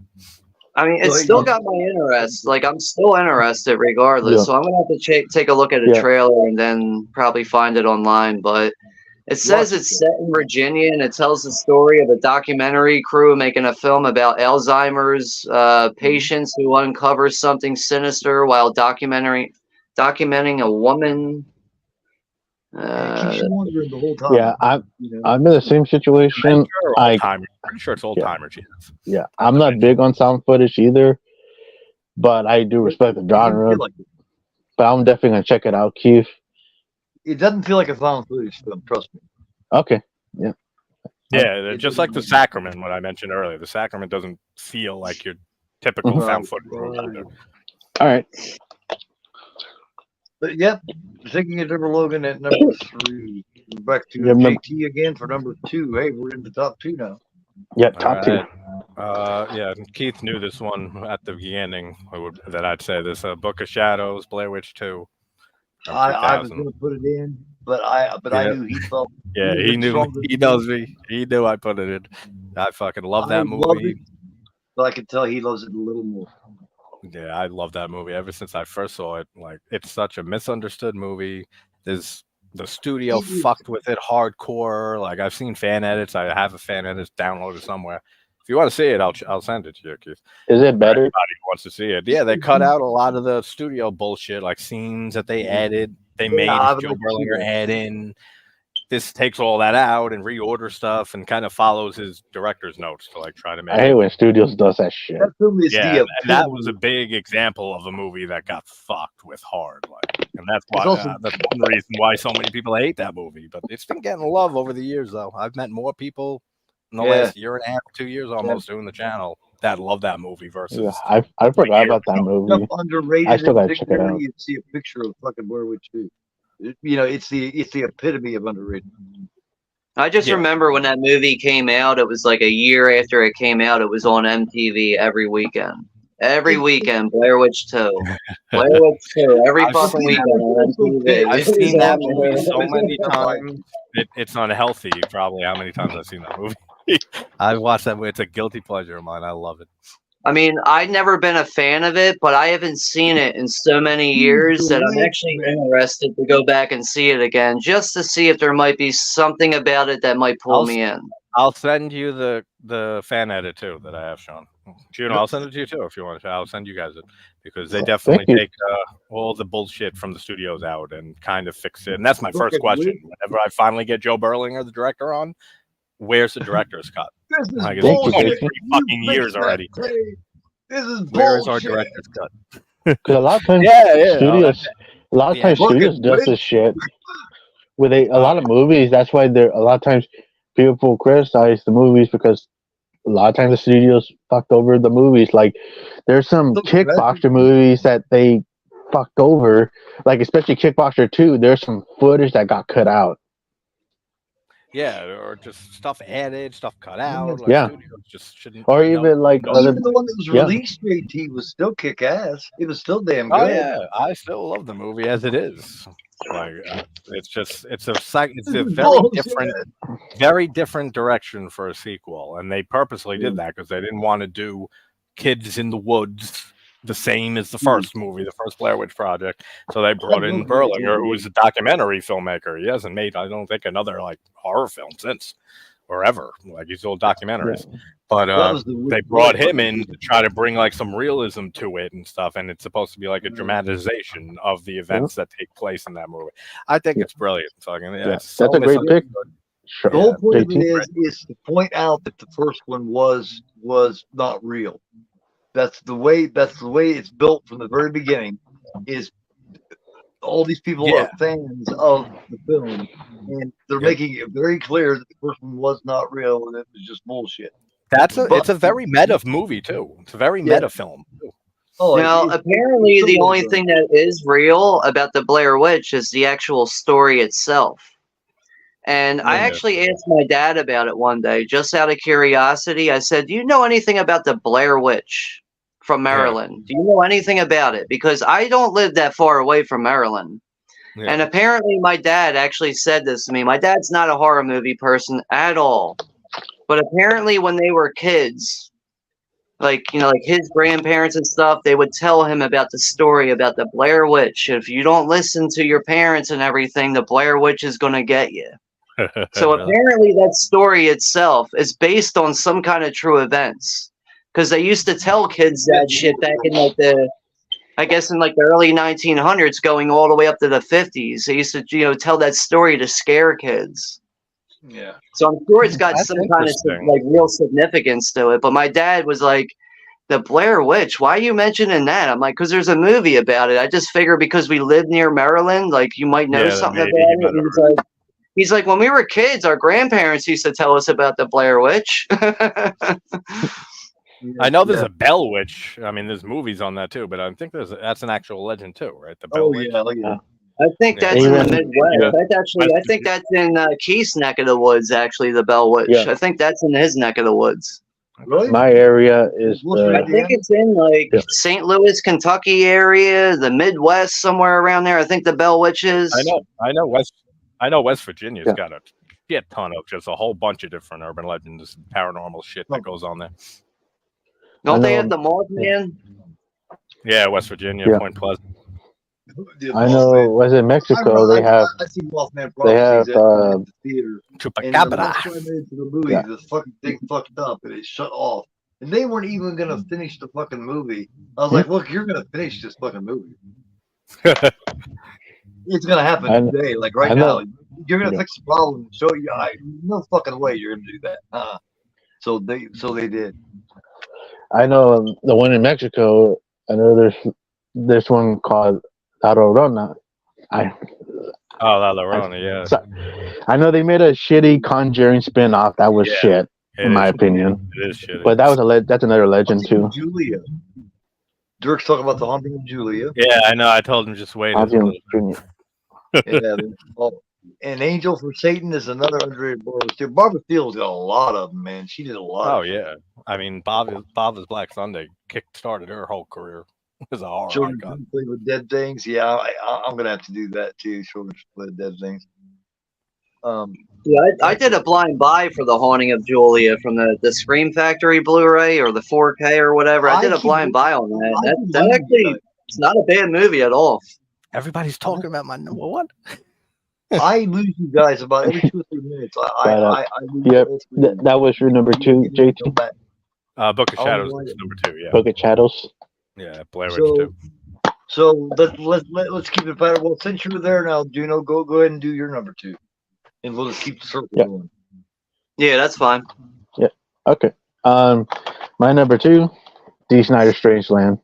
Oh hell yeah! That's a I good I one. should have been This- able to guess that's that. one you don't I should have hear been able to often. guess that he was going to pick Strangeland somewhere. I should have been Yeah. able to guess that. Yeah, I know you how know, much you like that's a good pick, Strangeland. I like Yeah. Strangeland too, though. I haven't seen that in a Yeah. while. That's a good You know, one. it's this movie that caused me to not give a shit about Rotten Tomatoes. Yeah, that one. Because when I saw that this movie got 6%, I was like, "Fuck Rotten Tomatoes and their hack ass reviews." Yeah, D. Snyder actually grew up like, I don't know, 2 minutes down the road from me. Like, I know his side street and shit. He grew up in my town. Yeah, but this movie, I grew up watching it on Blockbuster because my dad had this movie and also Freddy's Dead that he got from Blockbuster. But this one, I actually was entertained by this movie, and for years I forgot what the name of the movie's called. And one day I watched it on Netflix, and then that disappeared, and I forgot the name again until I went and watched a teaser trailer of it on YouTube, and I found it at FYE, and I enjoy this movie, and I still think this movie's underrated as hell. Doesn't deserve the 6% on Rotten Tomatoes. That's bullshit. I mean, look, I'm just going to say this. For Rotten Tomatoes, giving that a 6, I think that's a lot because Rotten Tomatoes is bad at rating movies. They gave that a 6. I think they did good. Yeah. I think they did good with that. That's what I Yeah, it's probably better than the fucking IMDb score. I don't know. I hate Rotten Tomatoes for that. That's the I would just expect Rotten to give it like a 3 or something. Yeah. Well, I was Stay expecting- Hungry. There's a song that has 2 different parts to it, and one is like "Stay Away from Captain Howdy," and the other part is "Street Justice." And those 2 songs on "Stay Hungry" back when they did "We're Not Going to Take It" is the story of Strangeland. Yeah. So he had that written years before. No shit. All right. Yeah, like this movie, I wish it was 70 or 75% on Rotten Tomatoes, not 6%. That's a good fucking I show. mean, like, here's another thing, Juno. Like, a lot of horror movies get misrated. A lot of horror movies do, and obviously Strangeland is one of them. But right, like put it this way: you rely on one website for ratings. You probably should. It's probably not wise to do that. Yeah, because it's probably the best way to do that is just to look at it for a brief idea, and then try to match that up with other websites, maybe. Yeah, because I used to kiss their ass before.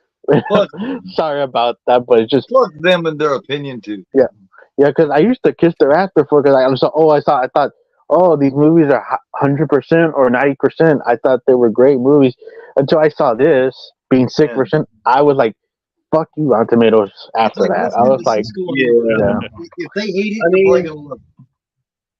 I think I know what you're saying though, Juno, because there is times where you see a rating and you're like, okay, that looks about on par with what I would agree with. And then you see a classic or something, and it's like, what? You gave that a 4 or a 5? Like, what the fuck are you doing? But that's just another example of why you can't rely on just one website for ratings on films. Yeah, and that's when I also noticed other movies are low Rotten Tomato scores. House of Thousand Corners, Rob Zombie, Boondock Saints, what else? Cobra. That's like 15% on Rotten Tomatoes. I'm like, what the fuck? That's a classic.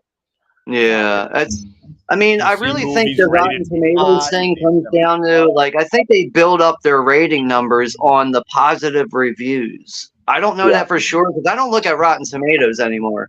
I remember in the early 2010s, like 2010, 2011, 2012, I used to look at Rotten Tomatoes and be like, okay, if it's giving it that kind of score, I should probably go see it. But over time, I'm like, you know what? Fuck this website, man. This is a bunch of bullshit. And even this one, the one I just previously talked, Shocker, this has like 8% on Rotten Tomatoes.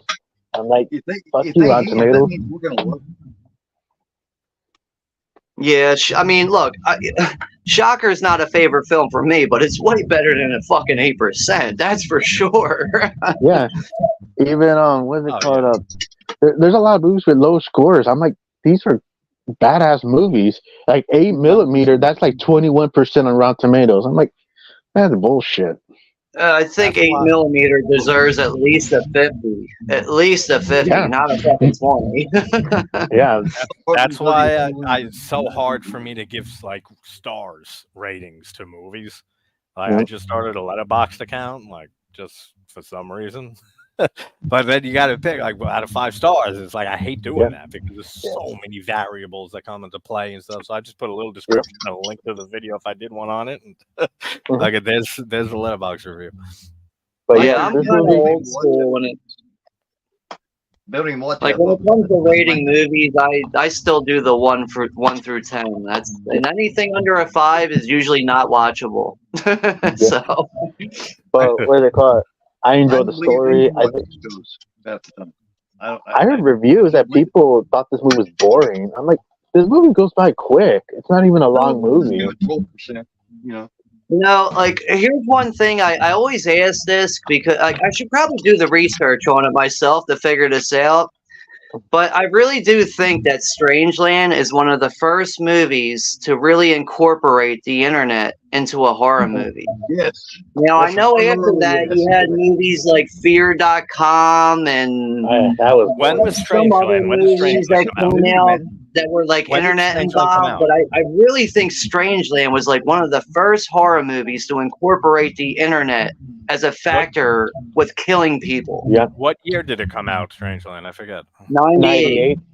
All right, yeah, Pulse I was thinking of, Japanese horror, Pulse. Yeah, that came out in 01, I think, all right? Right, yeah, I know what you're talking about. Before that, yeah. And one of these days I'm going to have to actually sit down and do the research to figure that out. But I do know, like, whether or not Strangeland is the first one to incorporate the internet, I don't know if it is or not, but it is definitely one of the first ones. That's I wouldn't argue that. Because I like that factor though, because it's also, I feel like the whole chat room way of like the way he draws in his victims through the chat room, it's utilized very well. And very yeah, the realistic budget looks. because they were doing that. Fear.com was fucking terrible. That movie. That was a terrible movie. Right. Just But I brought just it like up. I'm saying like as like an example, like after Yeah, no, Strangeland, yeah. you have movies like Fear.com when that and came out. stuff. And That was Yeah, like that's right what after the the- Ring remake got huge, and then like Fear.com came out, and people didn't Right, like that right. for them. Fear.com was boring. yeah, it's a forgettable one, man. Yeah, But it is on, one that uses the internet. Yeah, but this Yeah. one, I really enjoy it. It has a rewatchability to it. Like I could watch this hell movie yeah. a million times and not be bored of it because it's that Dee damn good Snider's and sinister in that underrated. motherfucker, man. He's fit and big and nasty looking, man. He looks like he'd beat the fuck right at you.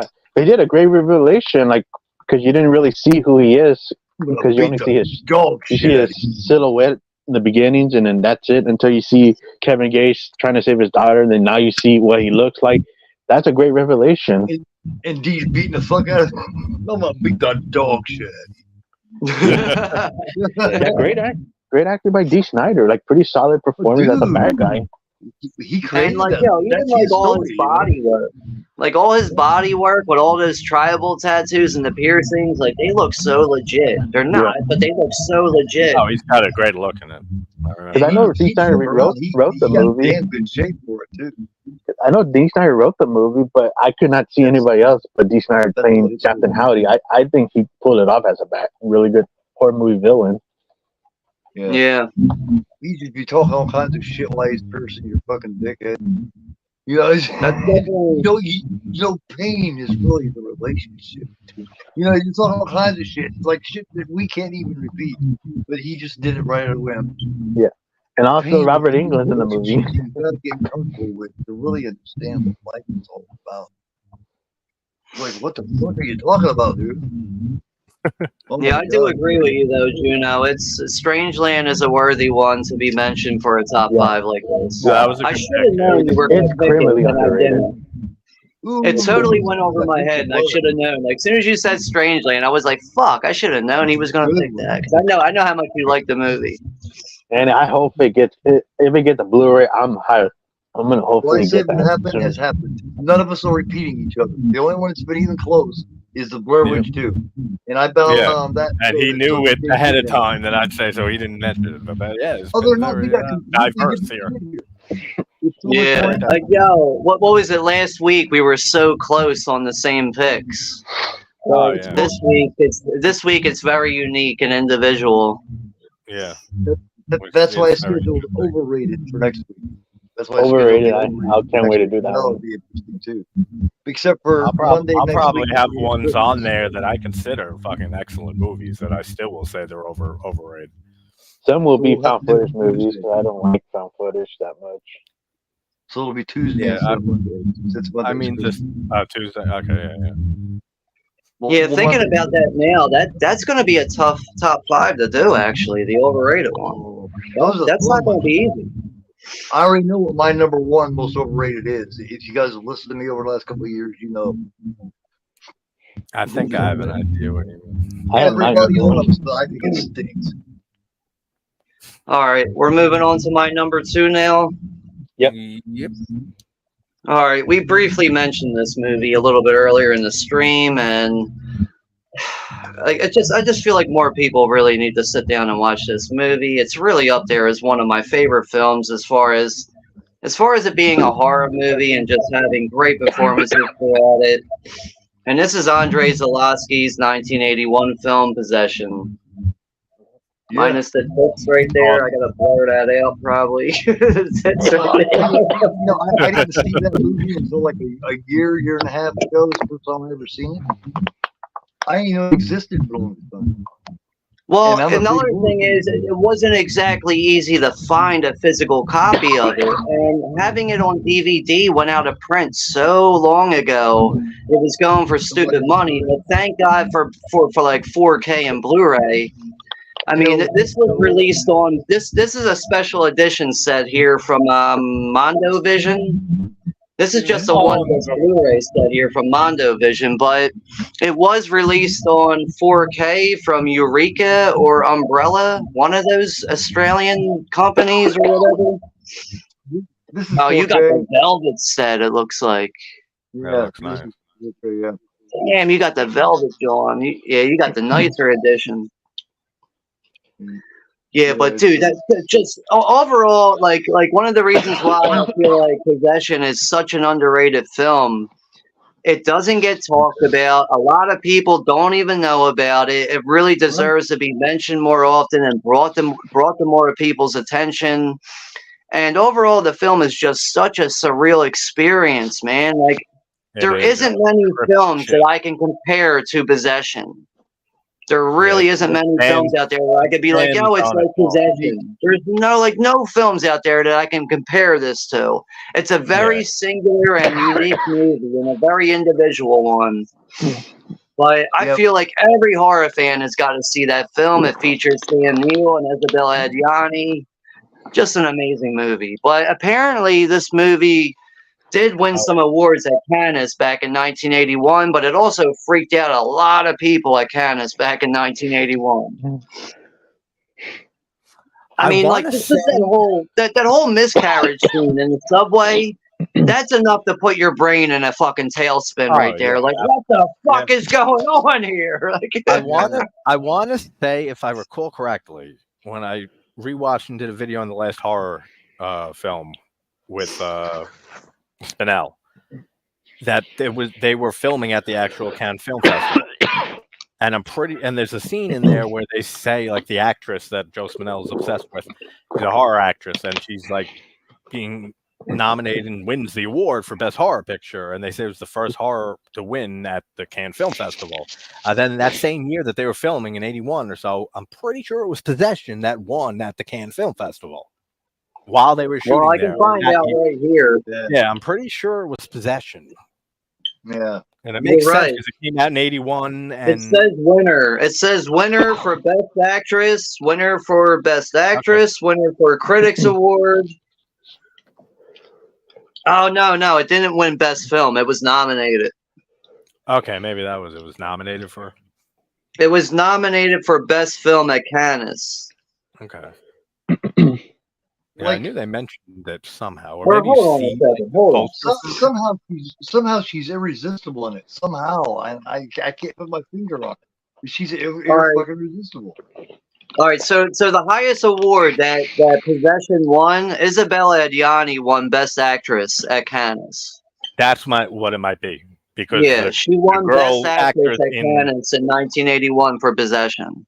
Yeah, because the actress in last horror film was a horror actress, and they made a perfect point in there to say that she's being nominated or won the award for the first horror movie, like nominated at Cannes or something like that.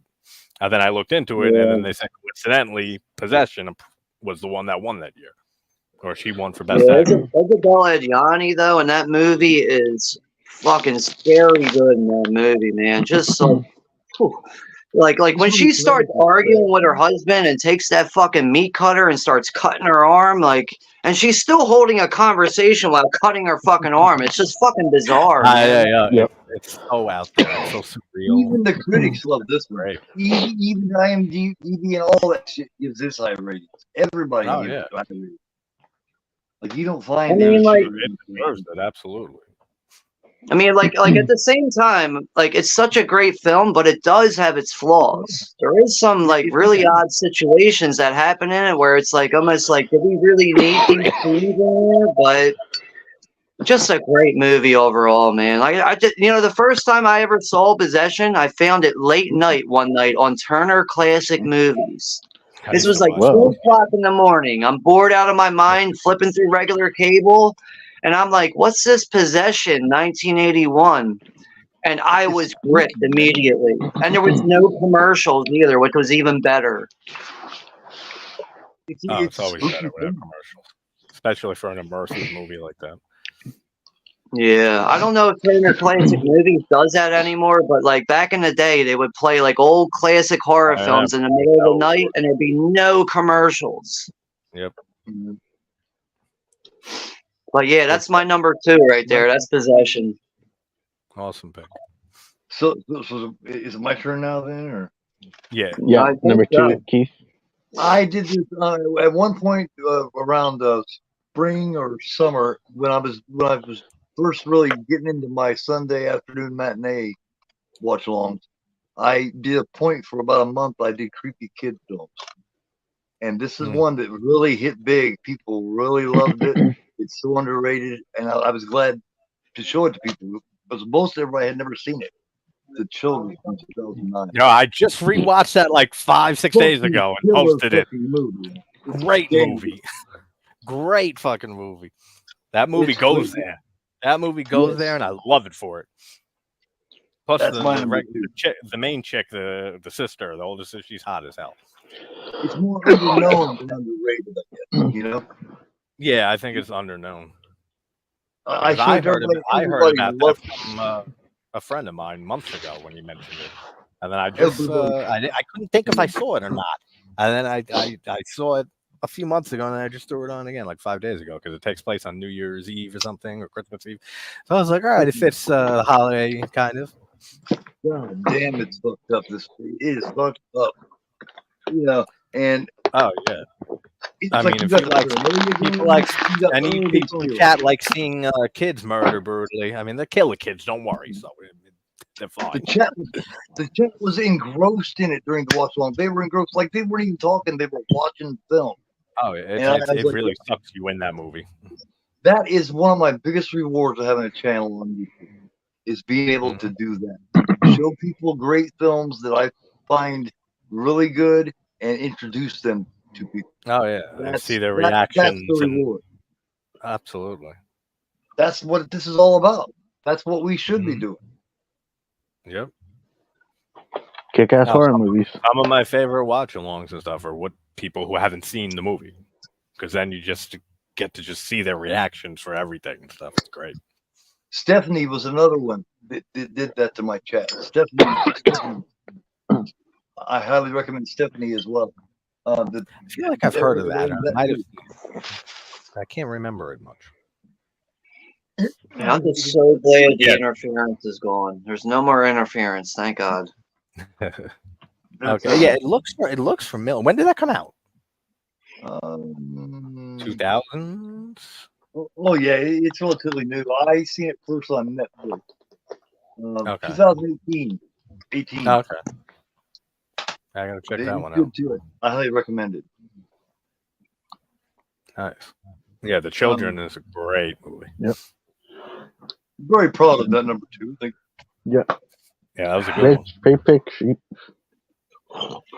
Okay, now we're to the number 1. JT, number one.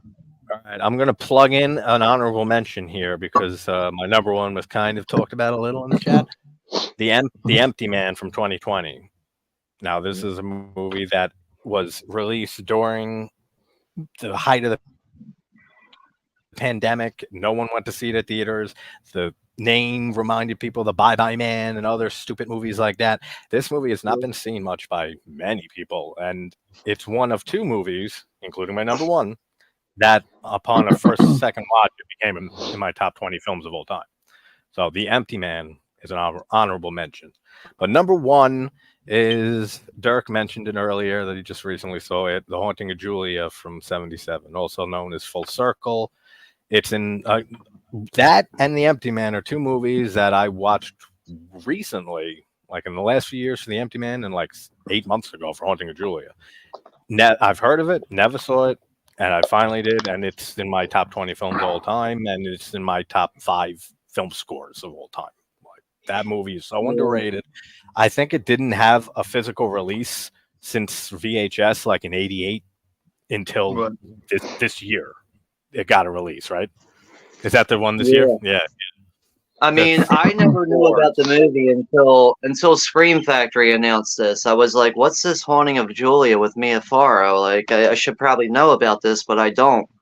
So I decided to do a blind buy on it, and Amazon actually owed me a credit. So this was like a gift card buy for free, and I was like, all right, I'm going to do a blind buy on this since I'm really not paying for it. But, you know, right off the bat in the beginning of that film, when you see the tragedy happen within like 5 or 10 minutes, it sets the tone so early. The music and it's I feel like there's a lot of relatable characters in there. I'm not a parent myself, but especially if you are a parent, yeah, it's very relatable on that level. But I do agree with you on a lot of levels there. It's a very underrated film. It's something that should be talked about more. But now that we do have a more wide release out there for it, it should start grabbing more people's attention. Put it this way: I did a podcast episode, I did a live watch of it, and I did like 4 covers of the score. That's how much I fucking love that movie.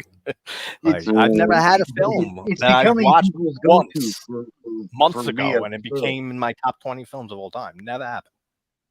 People are starting to turn away from Rosemary's Baby and go to The Haunting of Julia now. That's why, because I thought of you know, I said I never liked Rosemary's Baby, but I heard of this movie, The Haunting of Julia, for years, and I just never saw it because you couldn't really find it. And then my friend Lauren is crazy about that movie. He told me about it, like that it was getting a physical release this year. I said, I gotta send it to me. Like, I gotta check it out. And first watch, boom, masterpiece. Like, such a good fucking movie. Yeah, it's definitely like I would put it in that category. Like, I would really put it in that category with effective atmospheric ghost stories. Yeah, like for sure. It's one of my favorite ghost films. That and like, I mean, like, it's not like you're going to get a lot of visual ghost situations. It is. Yeah. It does rely a lot of like. It relies heavily on atmosphere. I feel like. But I feel that it really delivers everything that you should really want to see in a ghost story. Yeah, Mia Farrow gives off a weird vibe, man. She really does. Well, that's why, because I don't like her. It's not horror in Rosemary's Baby, but then when I knew that this film existed and never got to see it over the years, I said, well, maybe because it has Mia Farrow too, like maybe I'm not going to care for her or something like that. But like thinking it was Mia Farrow's problem with Rosemary's Baby. But I mean, if people don't like Rosemary's Baby in chat, check out The Haunting of Julia. It's also called Full Circle in the UK. She doesn't carry Rosemary though, really. The rest of the cast does. You know what I mean? It's more like about Don than it is her. I like Don Cavesky in the Rosemary Baby. She's actually kind of insignificant in it when you come right down to it. Rosemary's Baby. Yeah, I like both of the films equally. It's hard for me to say which one I like more, but I do like Rosemary and Haunting of Julia, like equally, I guess you could say. I would also mention the Omen as well. It's like here for like Rosemary's Baby, below the screen, and then it's fucking up here for Haunting of Julia. It's so fun. The score has a huge part to do with it too. The atmosphere and the score are just I also feel with the Omen as well. Yeah, the score and the Omen is fucking fantastic too. That's why I'm so mad when people don't bring that up, that movie up. Yeah, but yeah, that is my number one. That's a great pick. Great movie. Yeah, definitely a worthy one. That's for sure. It doesn't get talked about, and I mean, it's only getting talked now because of this release. Exactly. Because of the film. Because I'm pretty sure the last release it got was VHS. Yeah, I just grabbed a physical copy version of my number one. I'm getting it ready. All right, so are we Sean's number one now? Yeah, I mean, if we're going back in order, where's my number? Oh, here it is. All right, my number one here. I'm pretty sure all three of you guys are not going to agree with me on this one. I'm pretty sure. Just from talking to you guys in the past about this film.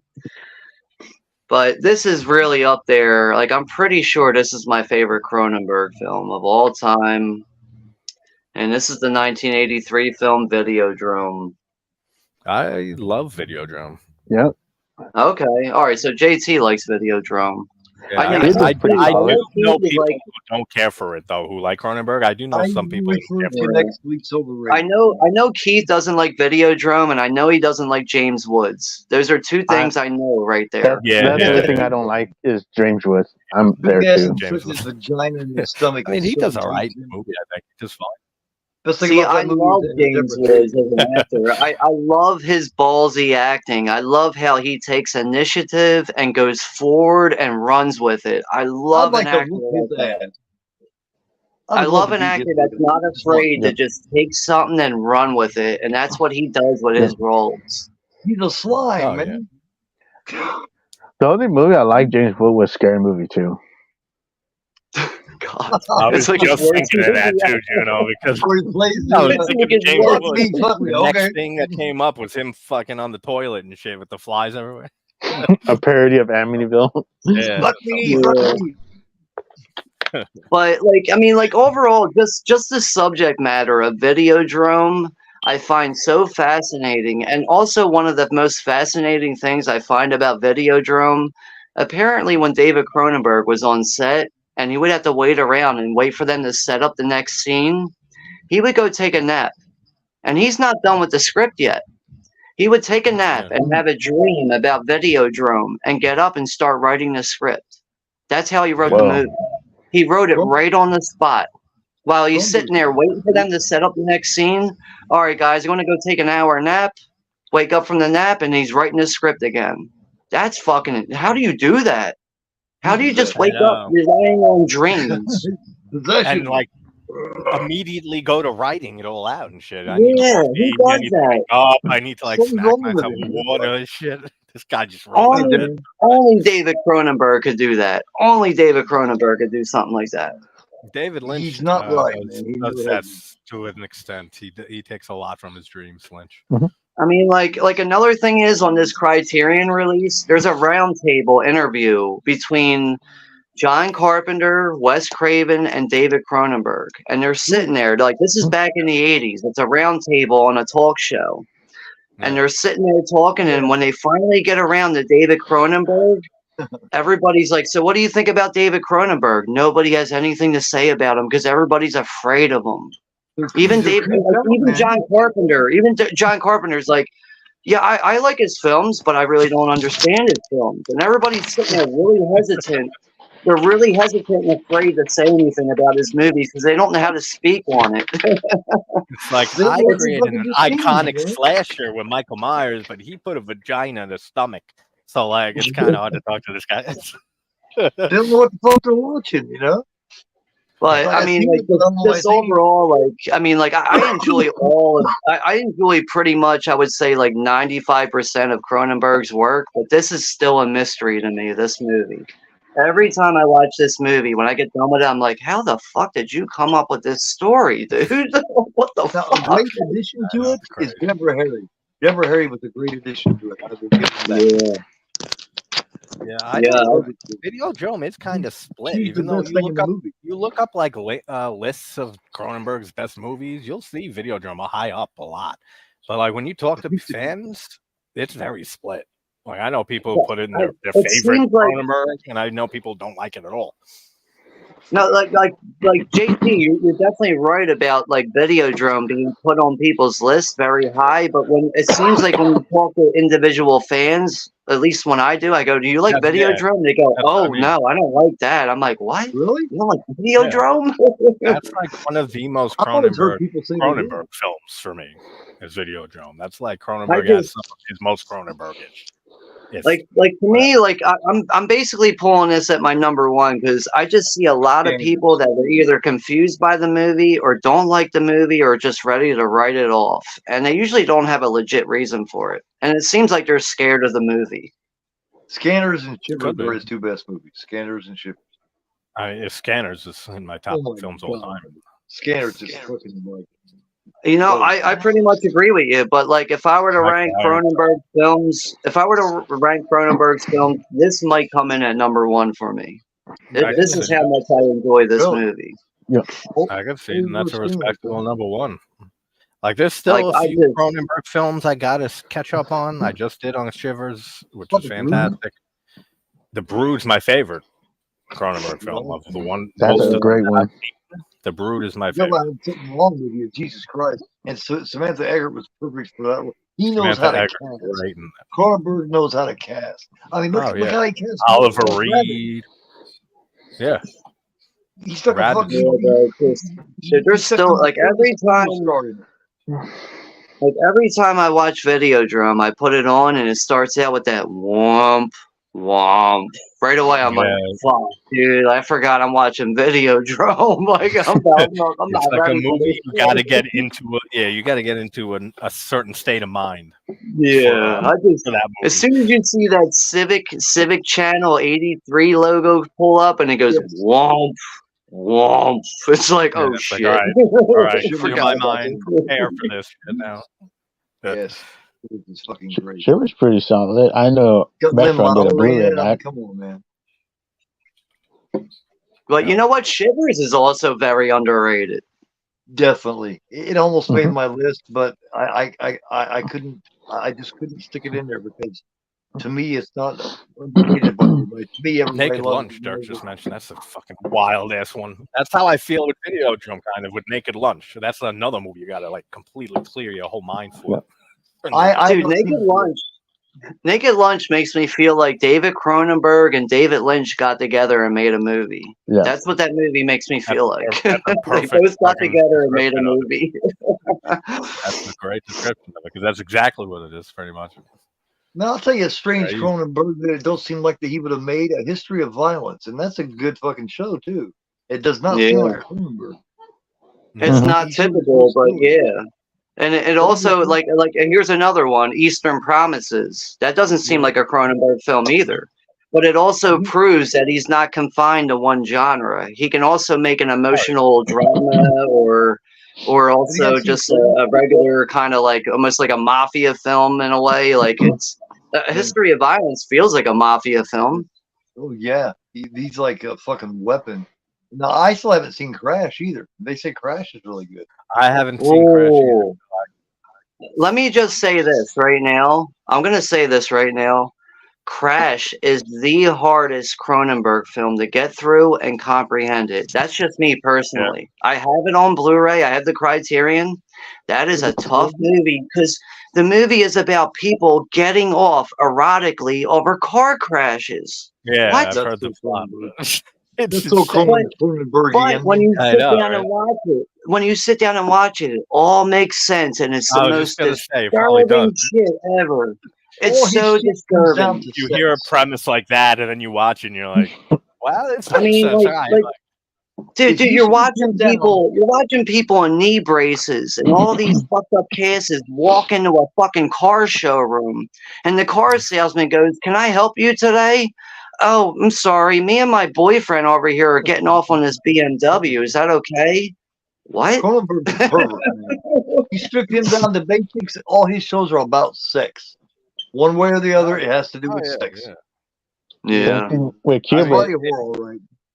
It falls That into is, his I son's really like. movies a bit too. I mean, Infinity Pool had I a lot of that really in there. think though, like out of Cronenberg's whole filmography, Crash is one of the like I have it in my collection. There's times where I'm looking at things and I go, "Do I want to watch Crash?" And I go, "Ugh, I can't watch Yeah. that. I'm gonna watch Dude.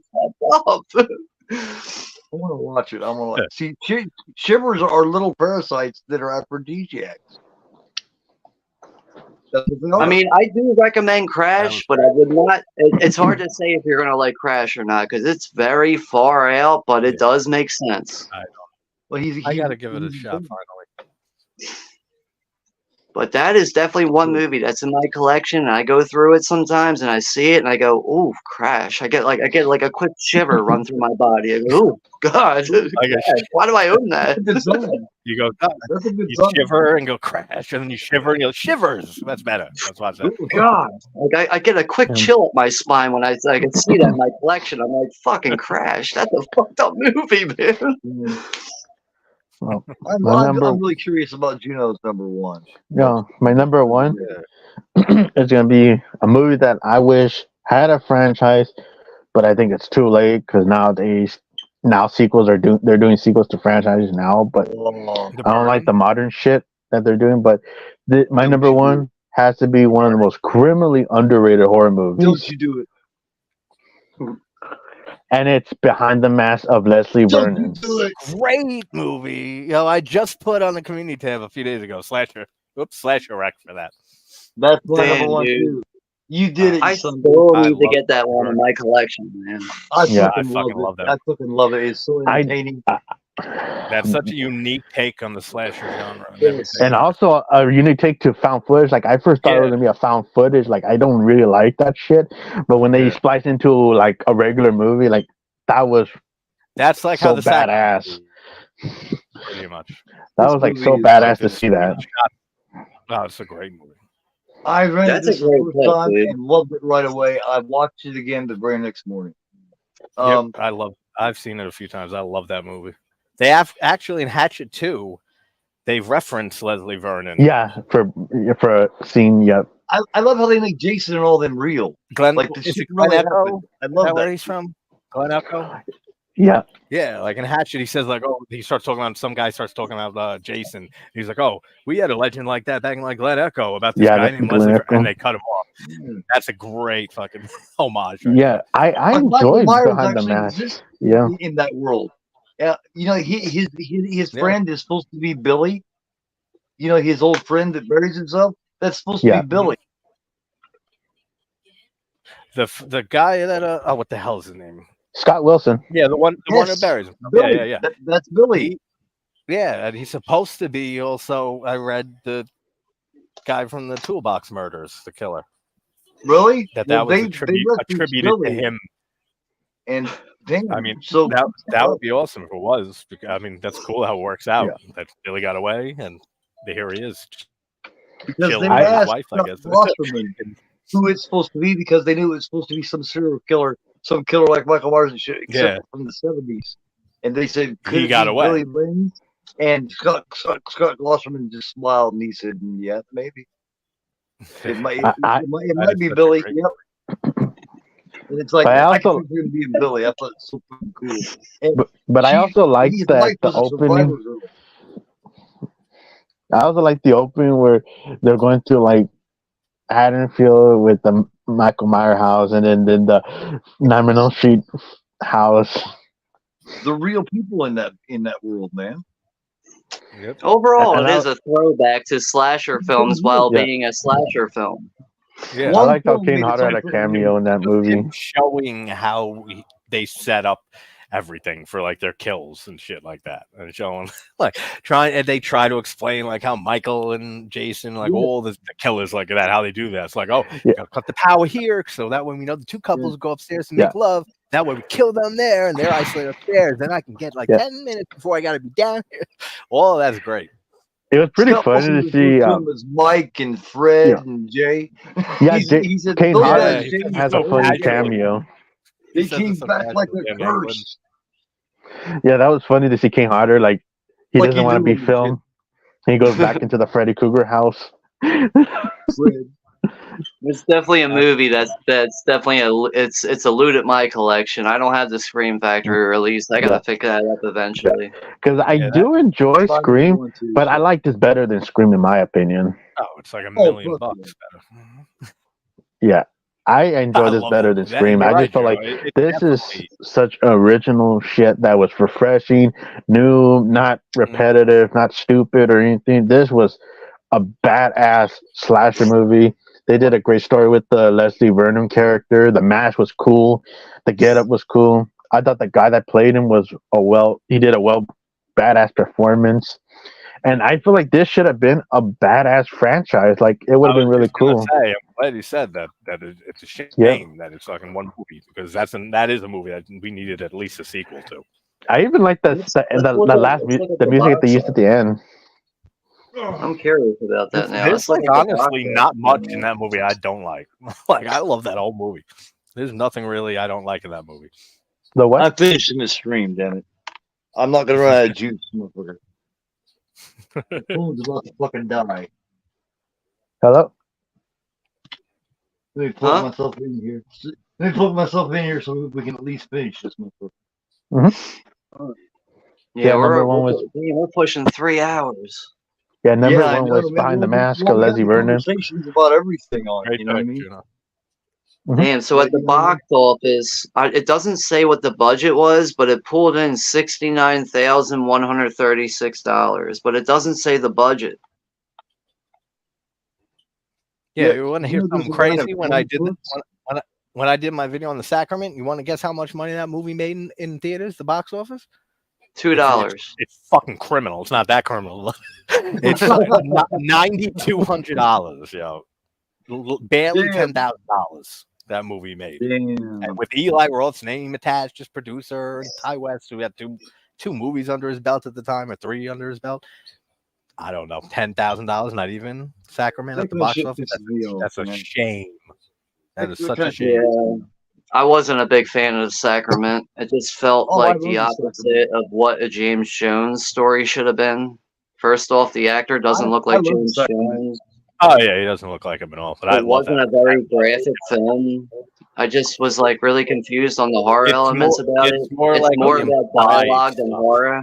Yeah, it's that, the atmosphere, the eeriness, just the fact that all this really did happen pretty much 95% of the way it showed in the movie with names changed and shit. So like when you see them like sipping cups of poison and shit, you know that happened. So that like really hits me a lot harder like watching that film. I mean, I do understand that people do enjoy that film. It just did nothing for me. Like, I didn't really despise the movie. When I watched it, I was just like, really? This is supposed to be a reenactment of the Jonestown tragedy? Because it felt like nothing like that. It just didn't. It wasn't necessarily supposed to be a reenactment. They basically just stole the idea and made it their own story. Basically, like they said, it was inspired by it. And they were talking, Eli Roth and Ty West were both talking about that when the movie was coming out. But then I saw people like shocked that, like, if you want to just make a movie about Jonestown, just make a movie about it. Like, why do you steal the event? It's like, dude, there's so many movies that take real events and turn them into movies. So I don't see it. Yeah, they borrow bits and pieces and they craft their own story around the true events. Yeah, my number one movie was Behind the Mask. So that's a great pick, dude. It really is. I wouldn't. That wasn't a movie that really was on my mind, but it is certainly an underrated one. That's for sure. Funny that I thought I was going to get to reveal it. Damn it. Both of you two brought up a movie that I had that I just watched recently, The Children and Leslie Martin. Great picks. Mm-hmm. What's your number one, Keith? Behind the Mask, you dickhead. That's why he was like, "Don't pick that. Don't you do it? God damn it, he did it." I thought I was gonna get the big huge reveal on the Behind the Mask, and goddamn Juno whipped in and said, "Fuck you, motherfucker." I got it. I mean, we did pretty good with not having doubles until now, but still, like they're both good picks. That shows that we work on the same wavelength. You know what I mean? Yeah. As he started talking about it, I was like, "Oh shit! Oh shit! Oh shit! No! Oh shit!" And I didn't do it. When he said it should have been franchise and shit, I was like, "Damn." Did you want to give your thoughts about it real quick, Keith? Oh, I pretty much did. It's fantastic. Like I said, I rented it when I was with my ex, my oldest son's mom, and we watched it, and I was totally entertained by it. I love how they made Michael Myers and all them real people. Like they replaced Ted Bundy and shit and all the shit that we have with Michael Myers and with Jason and with Freddy Krueger. And I thought that was so fucking creative, man. I love that shit. I was That's like, another has meta influences in it, meta stuff in it that work great. The first 15 minutes of that movie, they created their own fucking universe. A brand new universe in the first 15, 20 minutes of that film. That's what Jason Blum and David Gordon Green should have done. Right. This is how you make a film, motherfucker. Yeah. You try to beat the same. You try to beat the same franchise and villains into the ground over and over again. It's much more refreshing when you get something original and completely new, like that movie when it came out. Yeah. Blumhouse screwed up Michael Myers. No, yeah. I'm just writing down so I remember what's coming up, because I'm getting ready to have all you guys talk about what's coming up on your channels or whatever. And I'm writing this shit down because I've got a big premiere coming up and everything. Yeah. So I don't forget. Yo, Juno, is it okay if we push tomorrow's stream back to the following day, Wednesday? Yeah, that'd be cool. Are you able to do it on Wednesday instead of tomorrow? I mean, we can do it tomorrow. It's just I'd rather do it Wednesday. We could do it on Wednesday. Which will be the 20th, because right now it's the 19th. So if that's all right with you at the same time, we'll just push it back from tomorrow to Wednesday. Yeah, just email me the link like tomorrow or the next day, and I'll definitely join. Okay, yeah, I'll just reschedule it when we get off of here. I haven't rescheduled it yet. I wanted to check with you, but yeah, and then I'll email you the link sometime tomorrow or whatever. Yep. Do you have anything else going on, or anything you guys review or anything?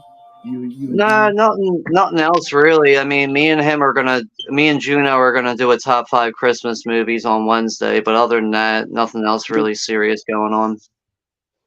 You just didn't want to do it back-to-back days. It's like, no, I don't want to do it again tomorrow. Well, I think I got to go over my mother's house tomorrow, and because I haven't been over there in a couple days, so I think I got to try to get over there tomorrow, and I'm going to be more open for the stream on Wednesday. Yeah, I put my email in the private chat for you guys. If you want that fan edit of Book of Shadows, email me. I'll send it to you guys. And I also put, thank you, man. Yeah, I was wondering why I was getting a message. I'm like, why am I getting a message? The tab that we never always forget. One more thought on Behind the Mask: The Rise of Leslie Vernon. The story does continue on. It's just not in the film. There's comic books about it. So if anybody's curious, I remember hearing about all that, check out the comic books and you'll be able to continue the story. I'm sure they're probably on digital. You could probably get them if you look. You can probably find it. Yeah. I gotta check that out. Just as a reference. So yeah. Nice. So what do you got going on, JC? I don't know. I'm not putting a time frame on anything, just to the end of the month because it's going to be crazy with the holidays. But Black Christmas remake, a few David Lynch films, a few Christmas horror films that'll be coming throughout the rest of the month. That's pretty much it. Yeah. Gaming streams, whatever. You know how it is. I'm spontaneous. I can't keep the schedule or anything. I'm the same way. Yeah. I can't, Every time, like I said, David Lynch fucking December, and like the 18th, 19th, I haven't done a fucking video on Lynch.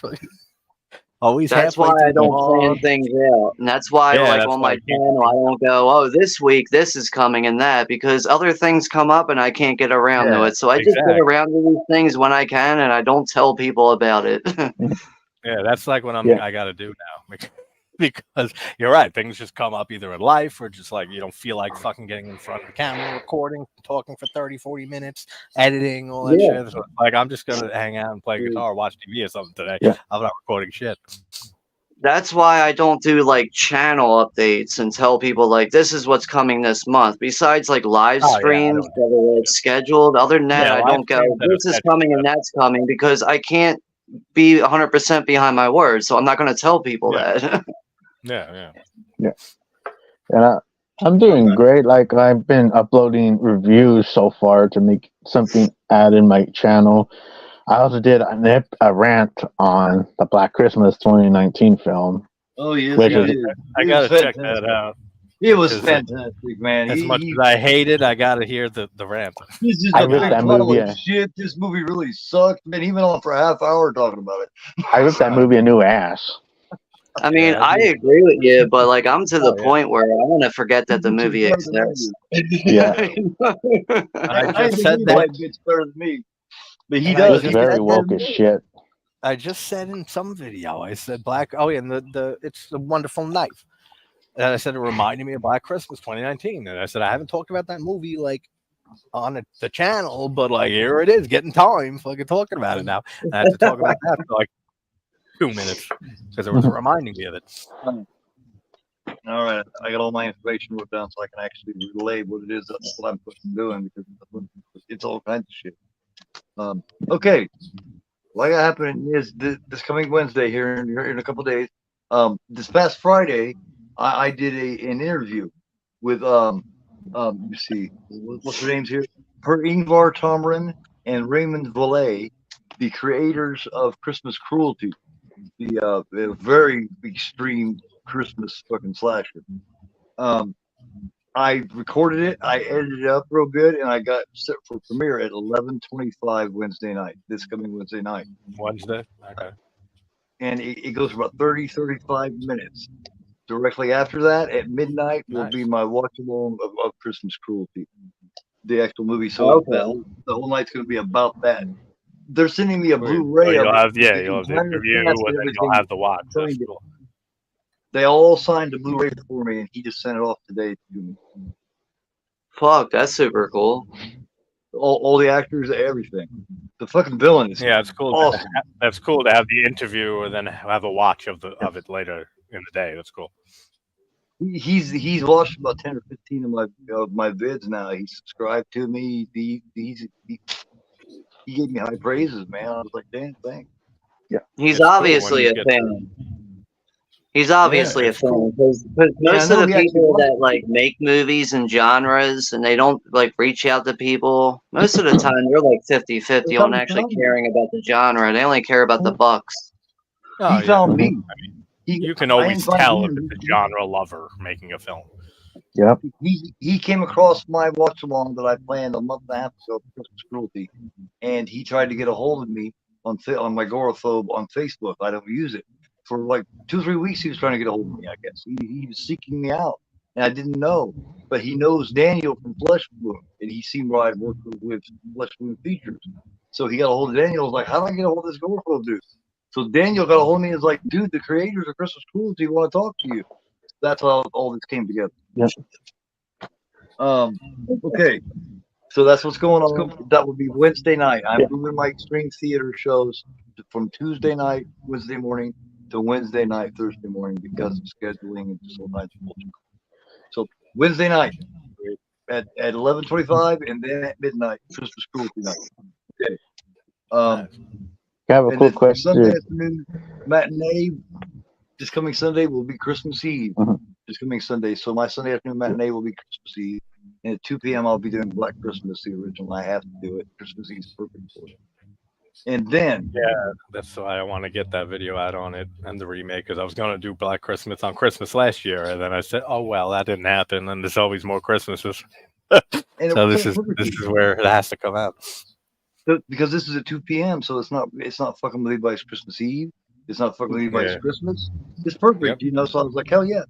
And then next week's Extreme Theater on Wednesday night, Thursday morning, at midnight Wednesday night, will be High Tension, also known as Switchblade Romance or High Tension.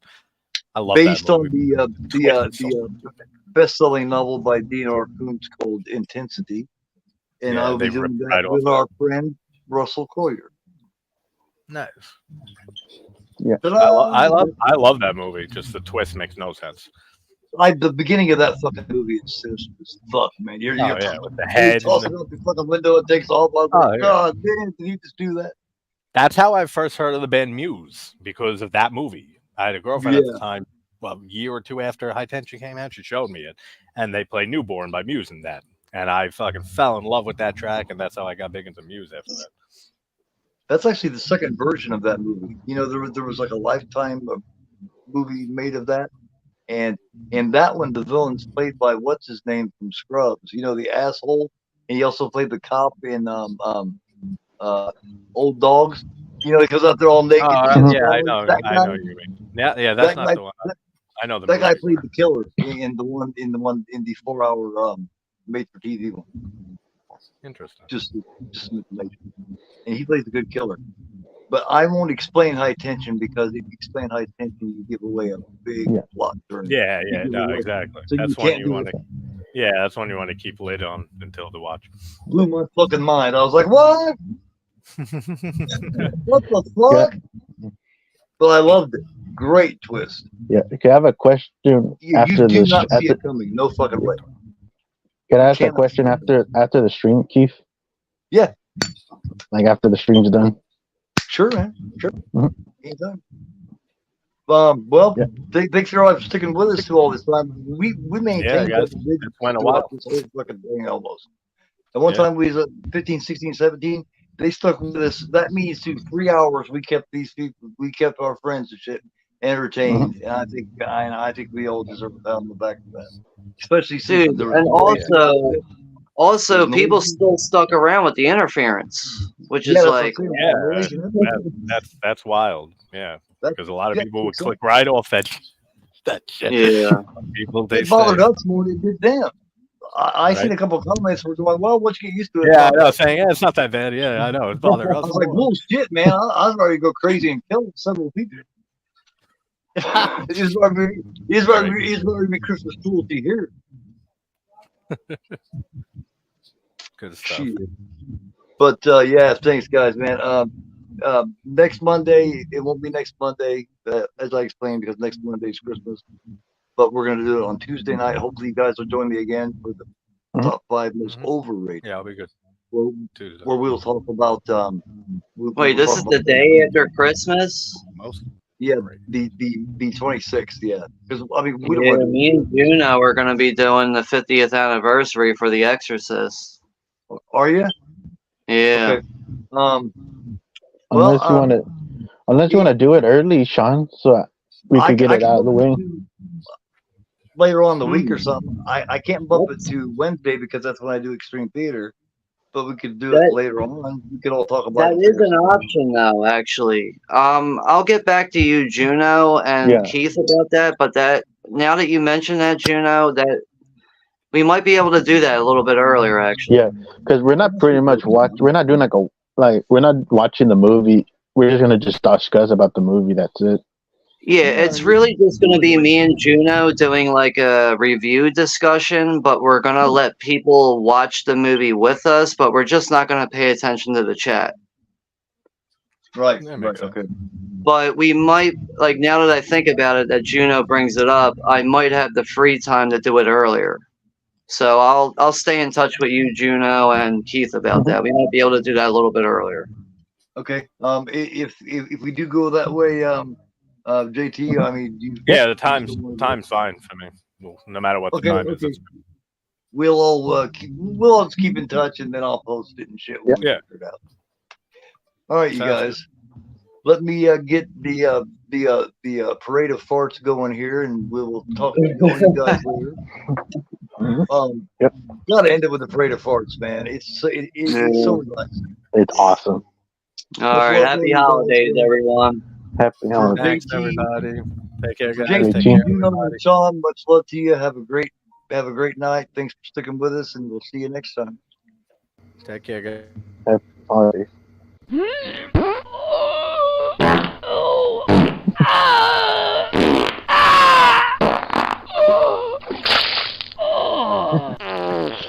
Because I am agoraphobe, and you are not.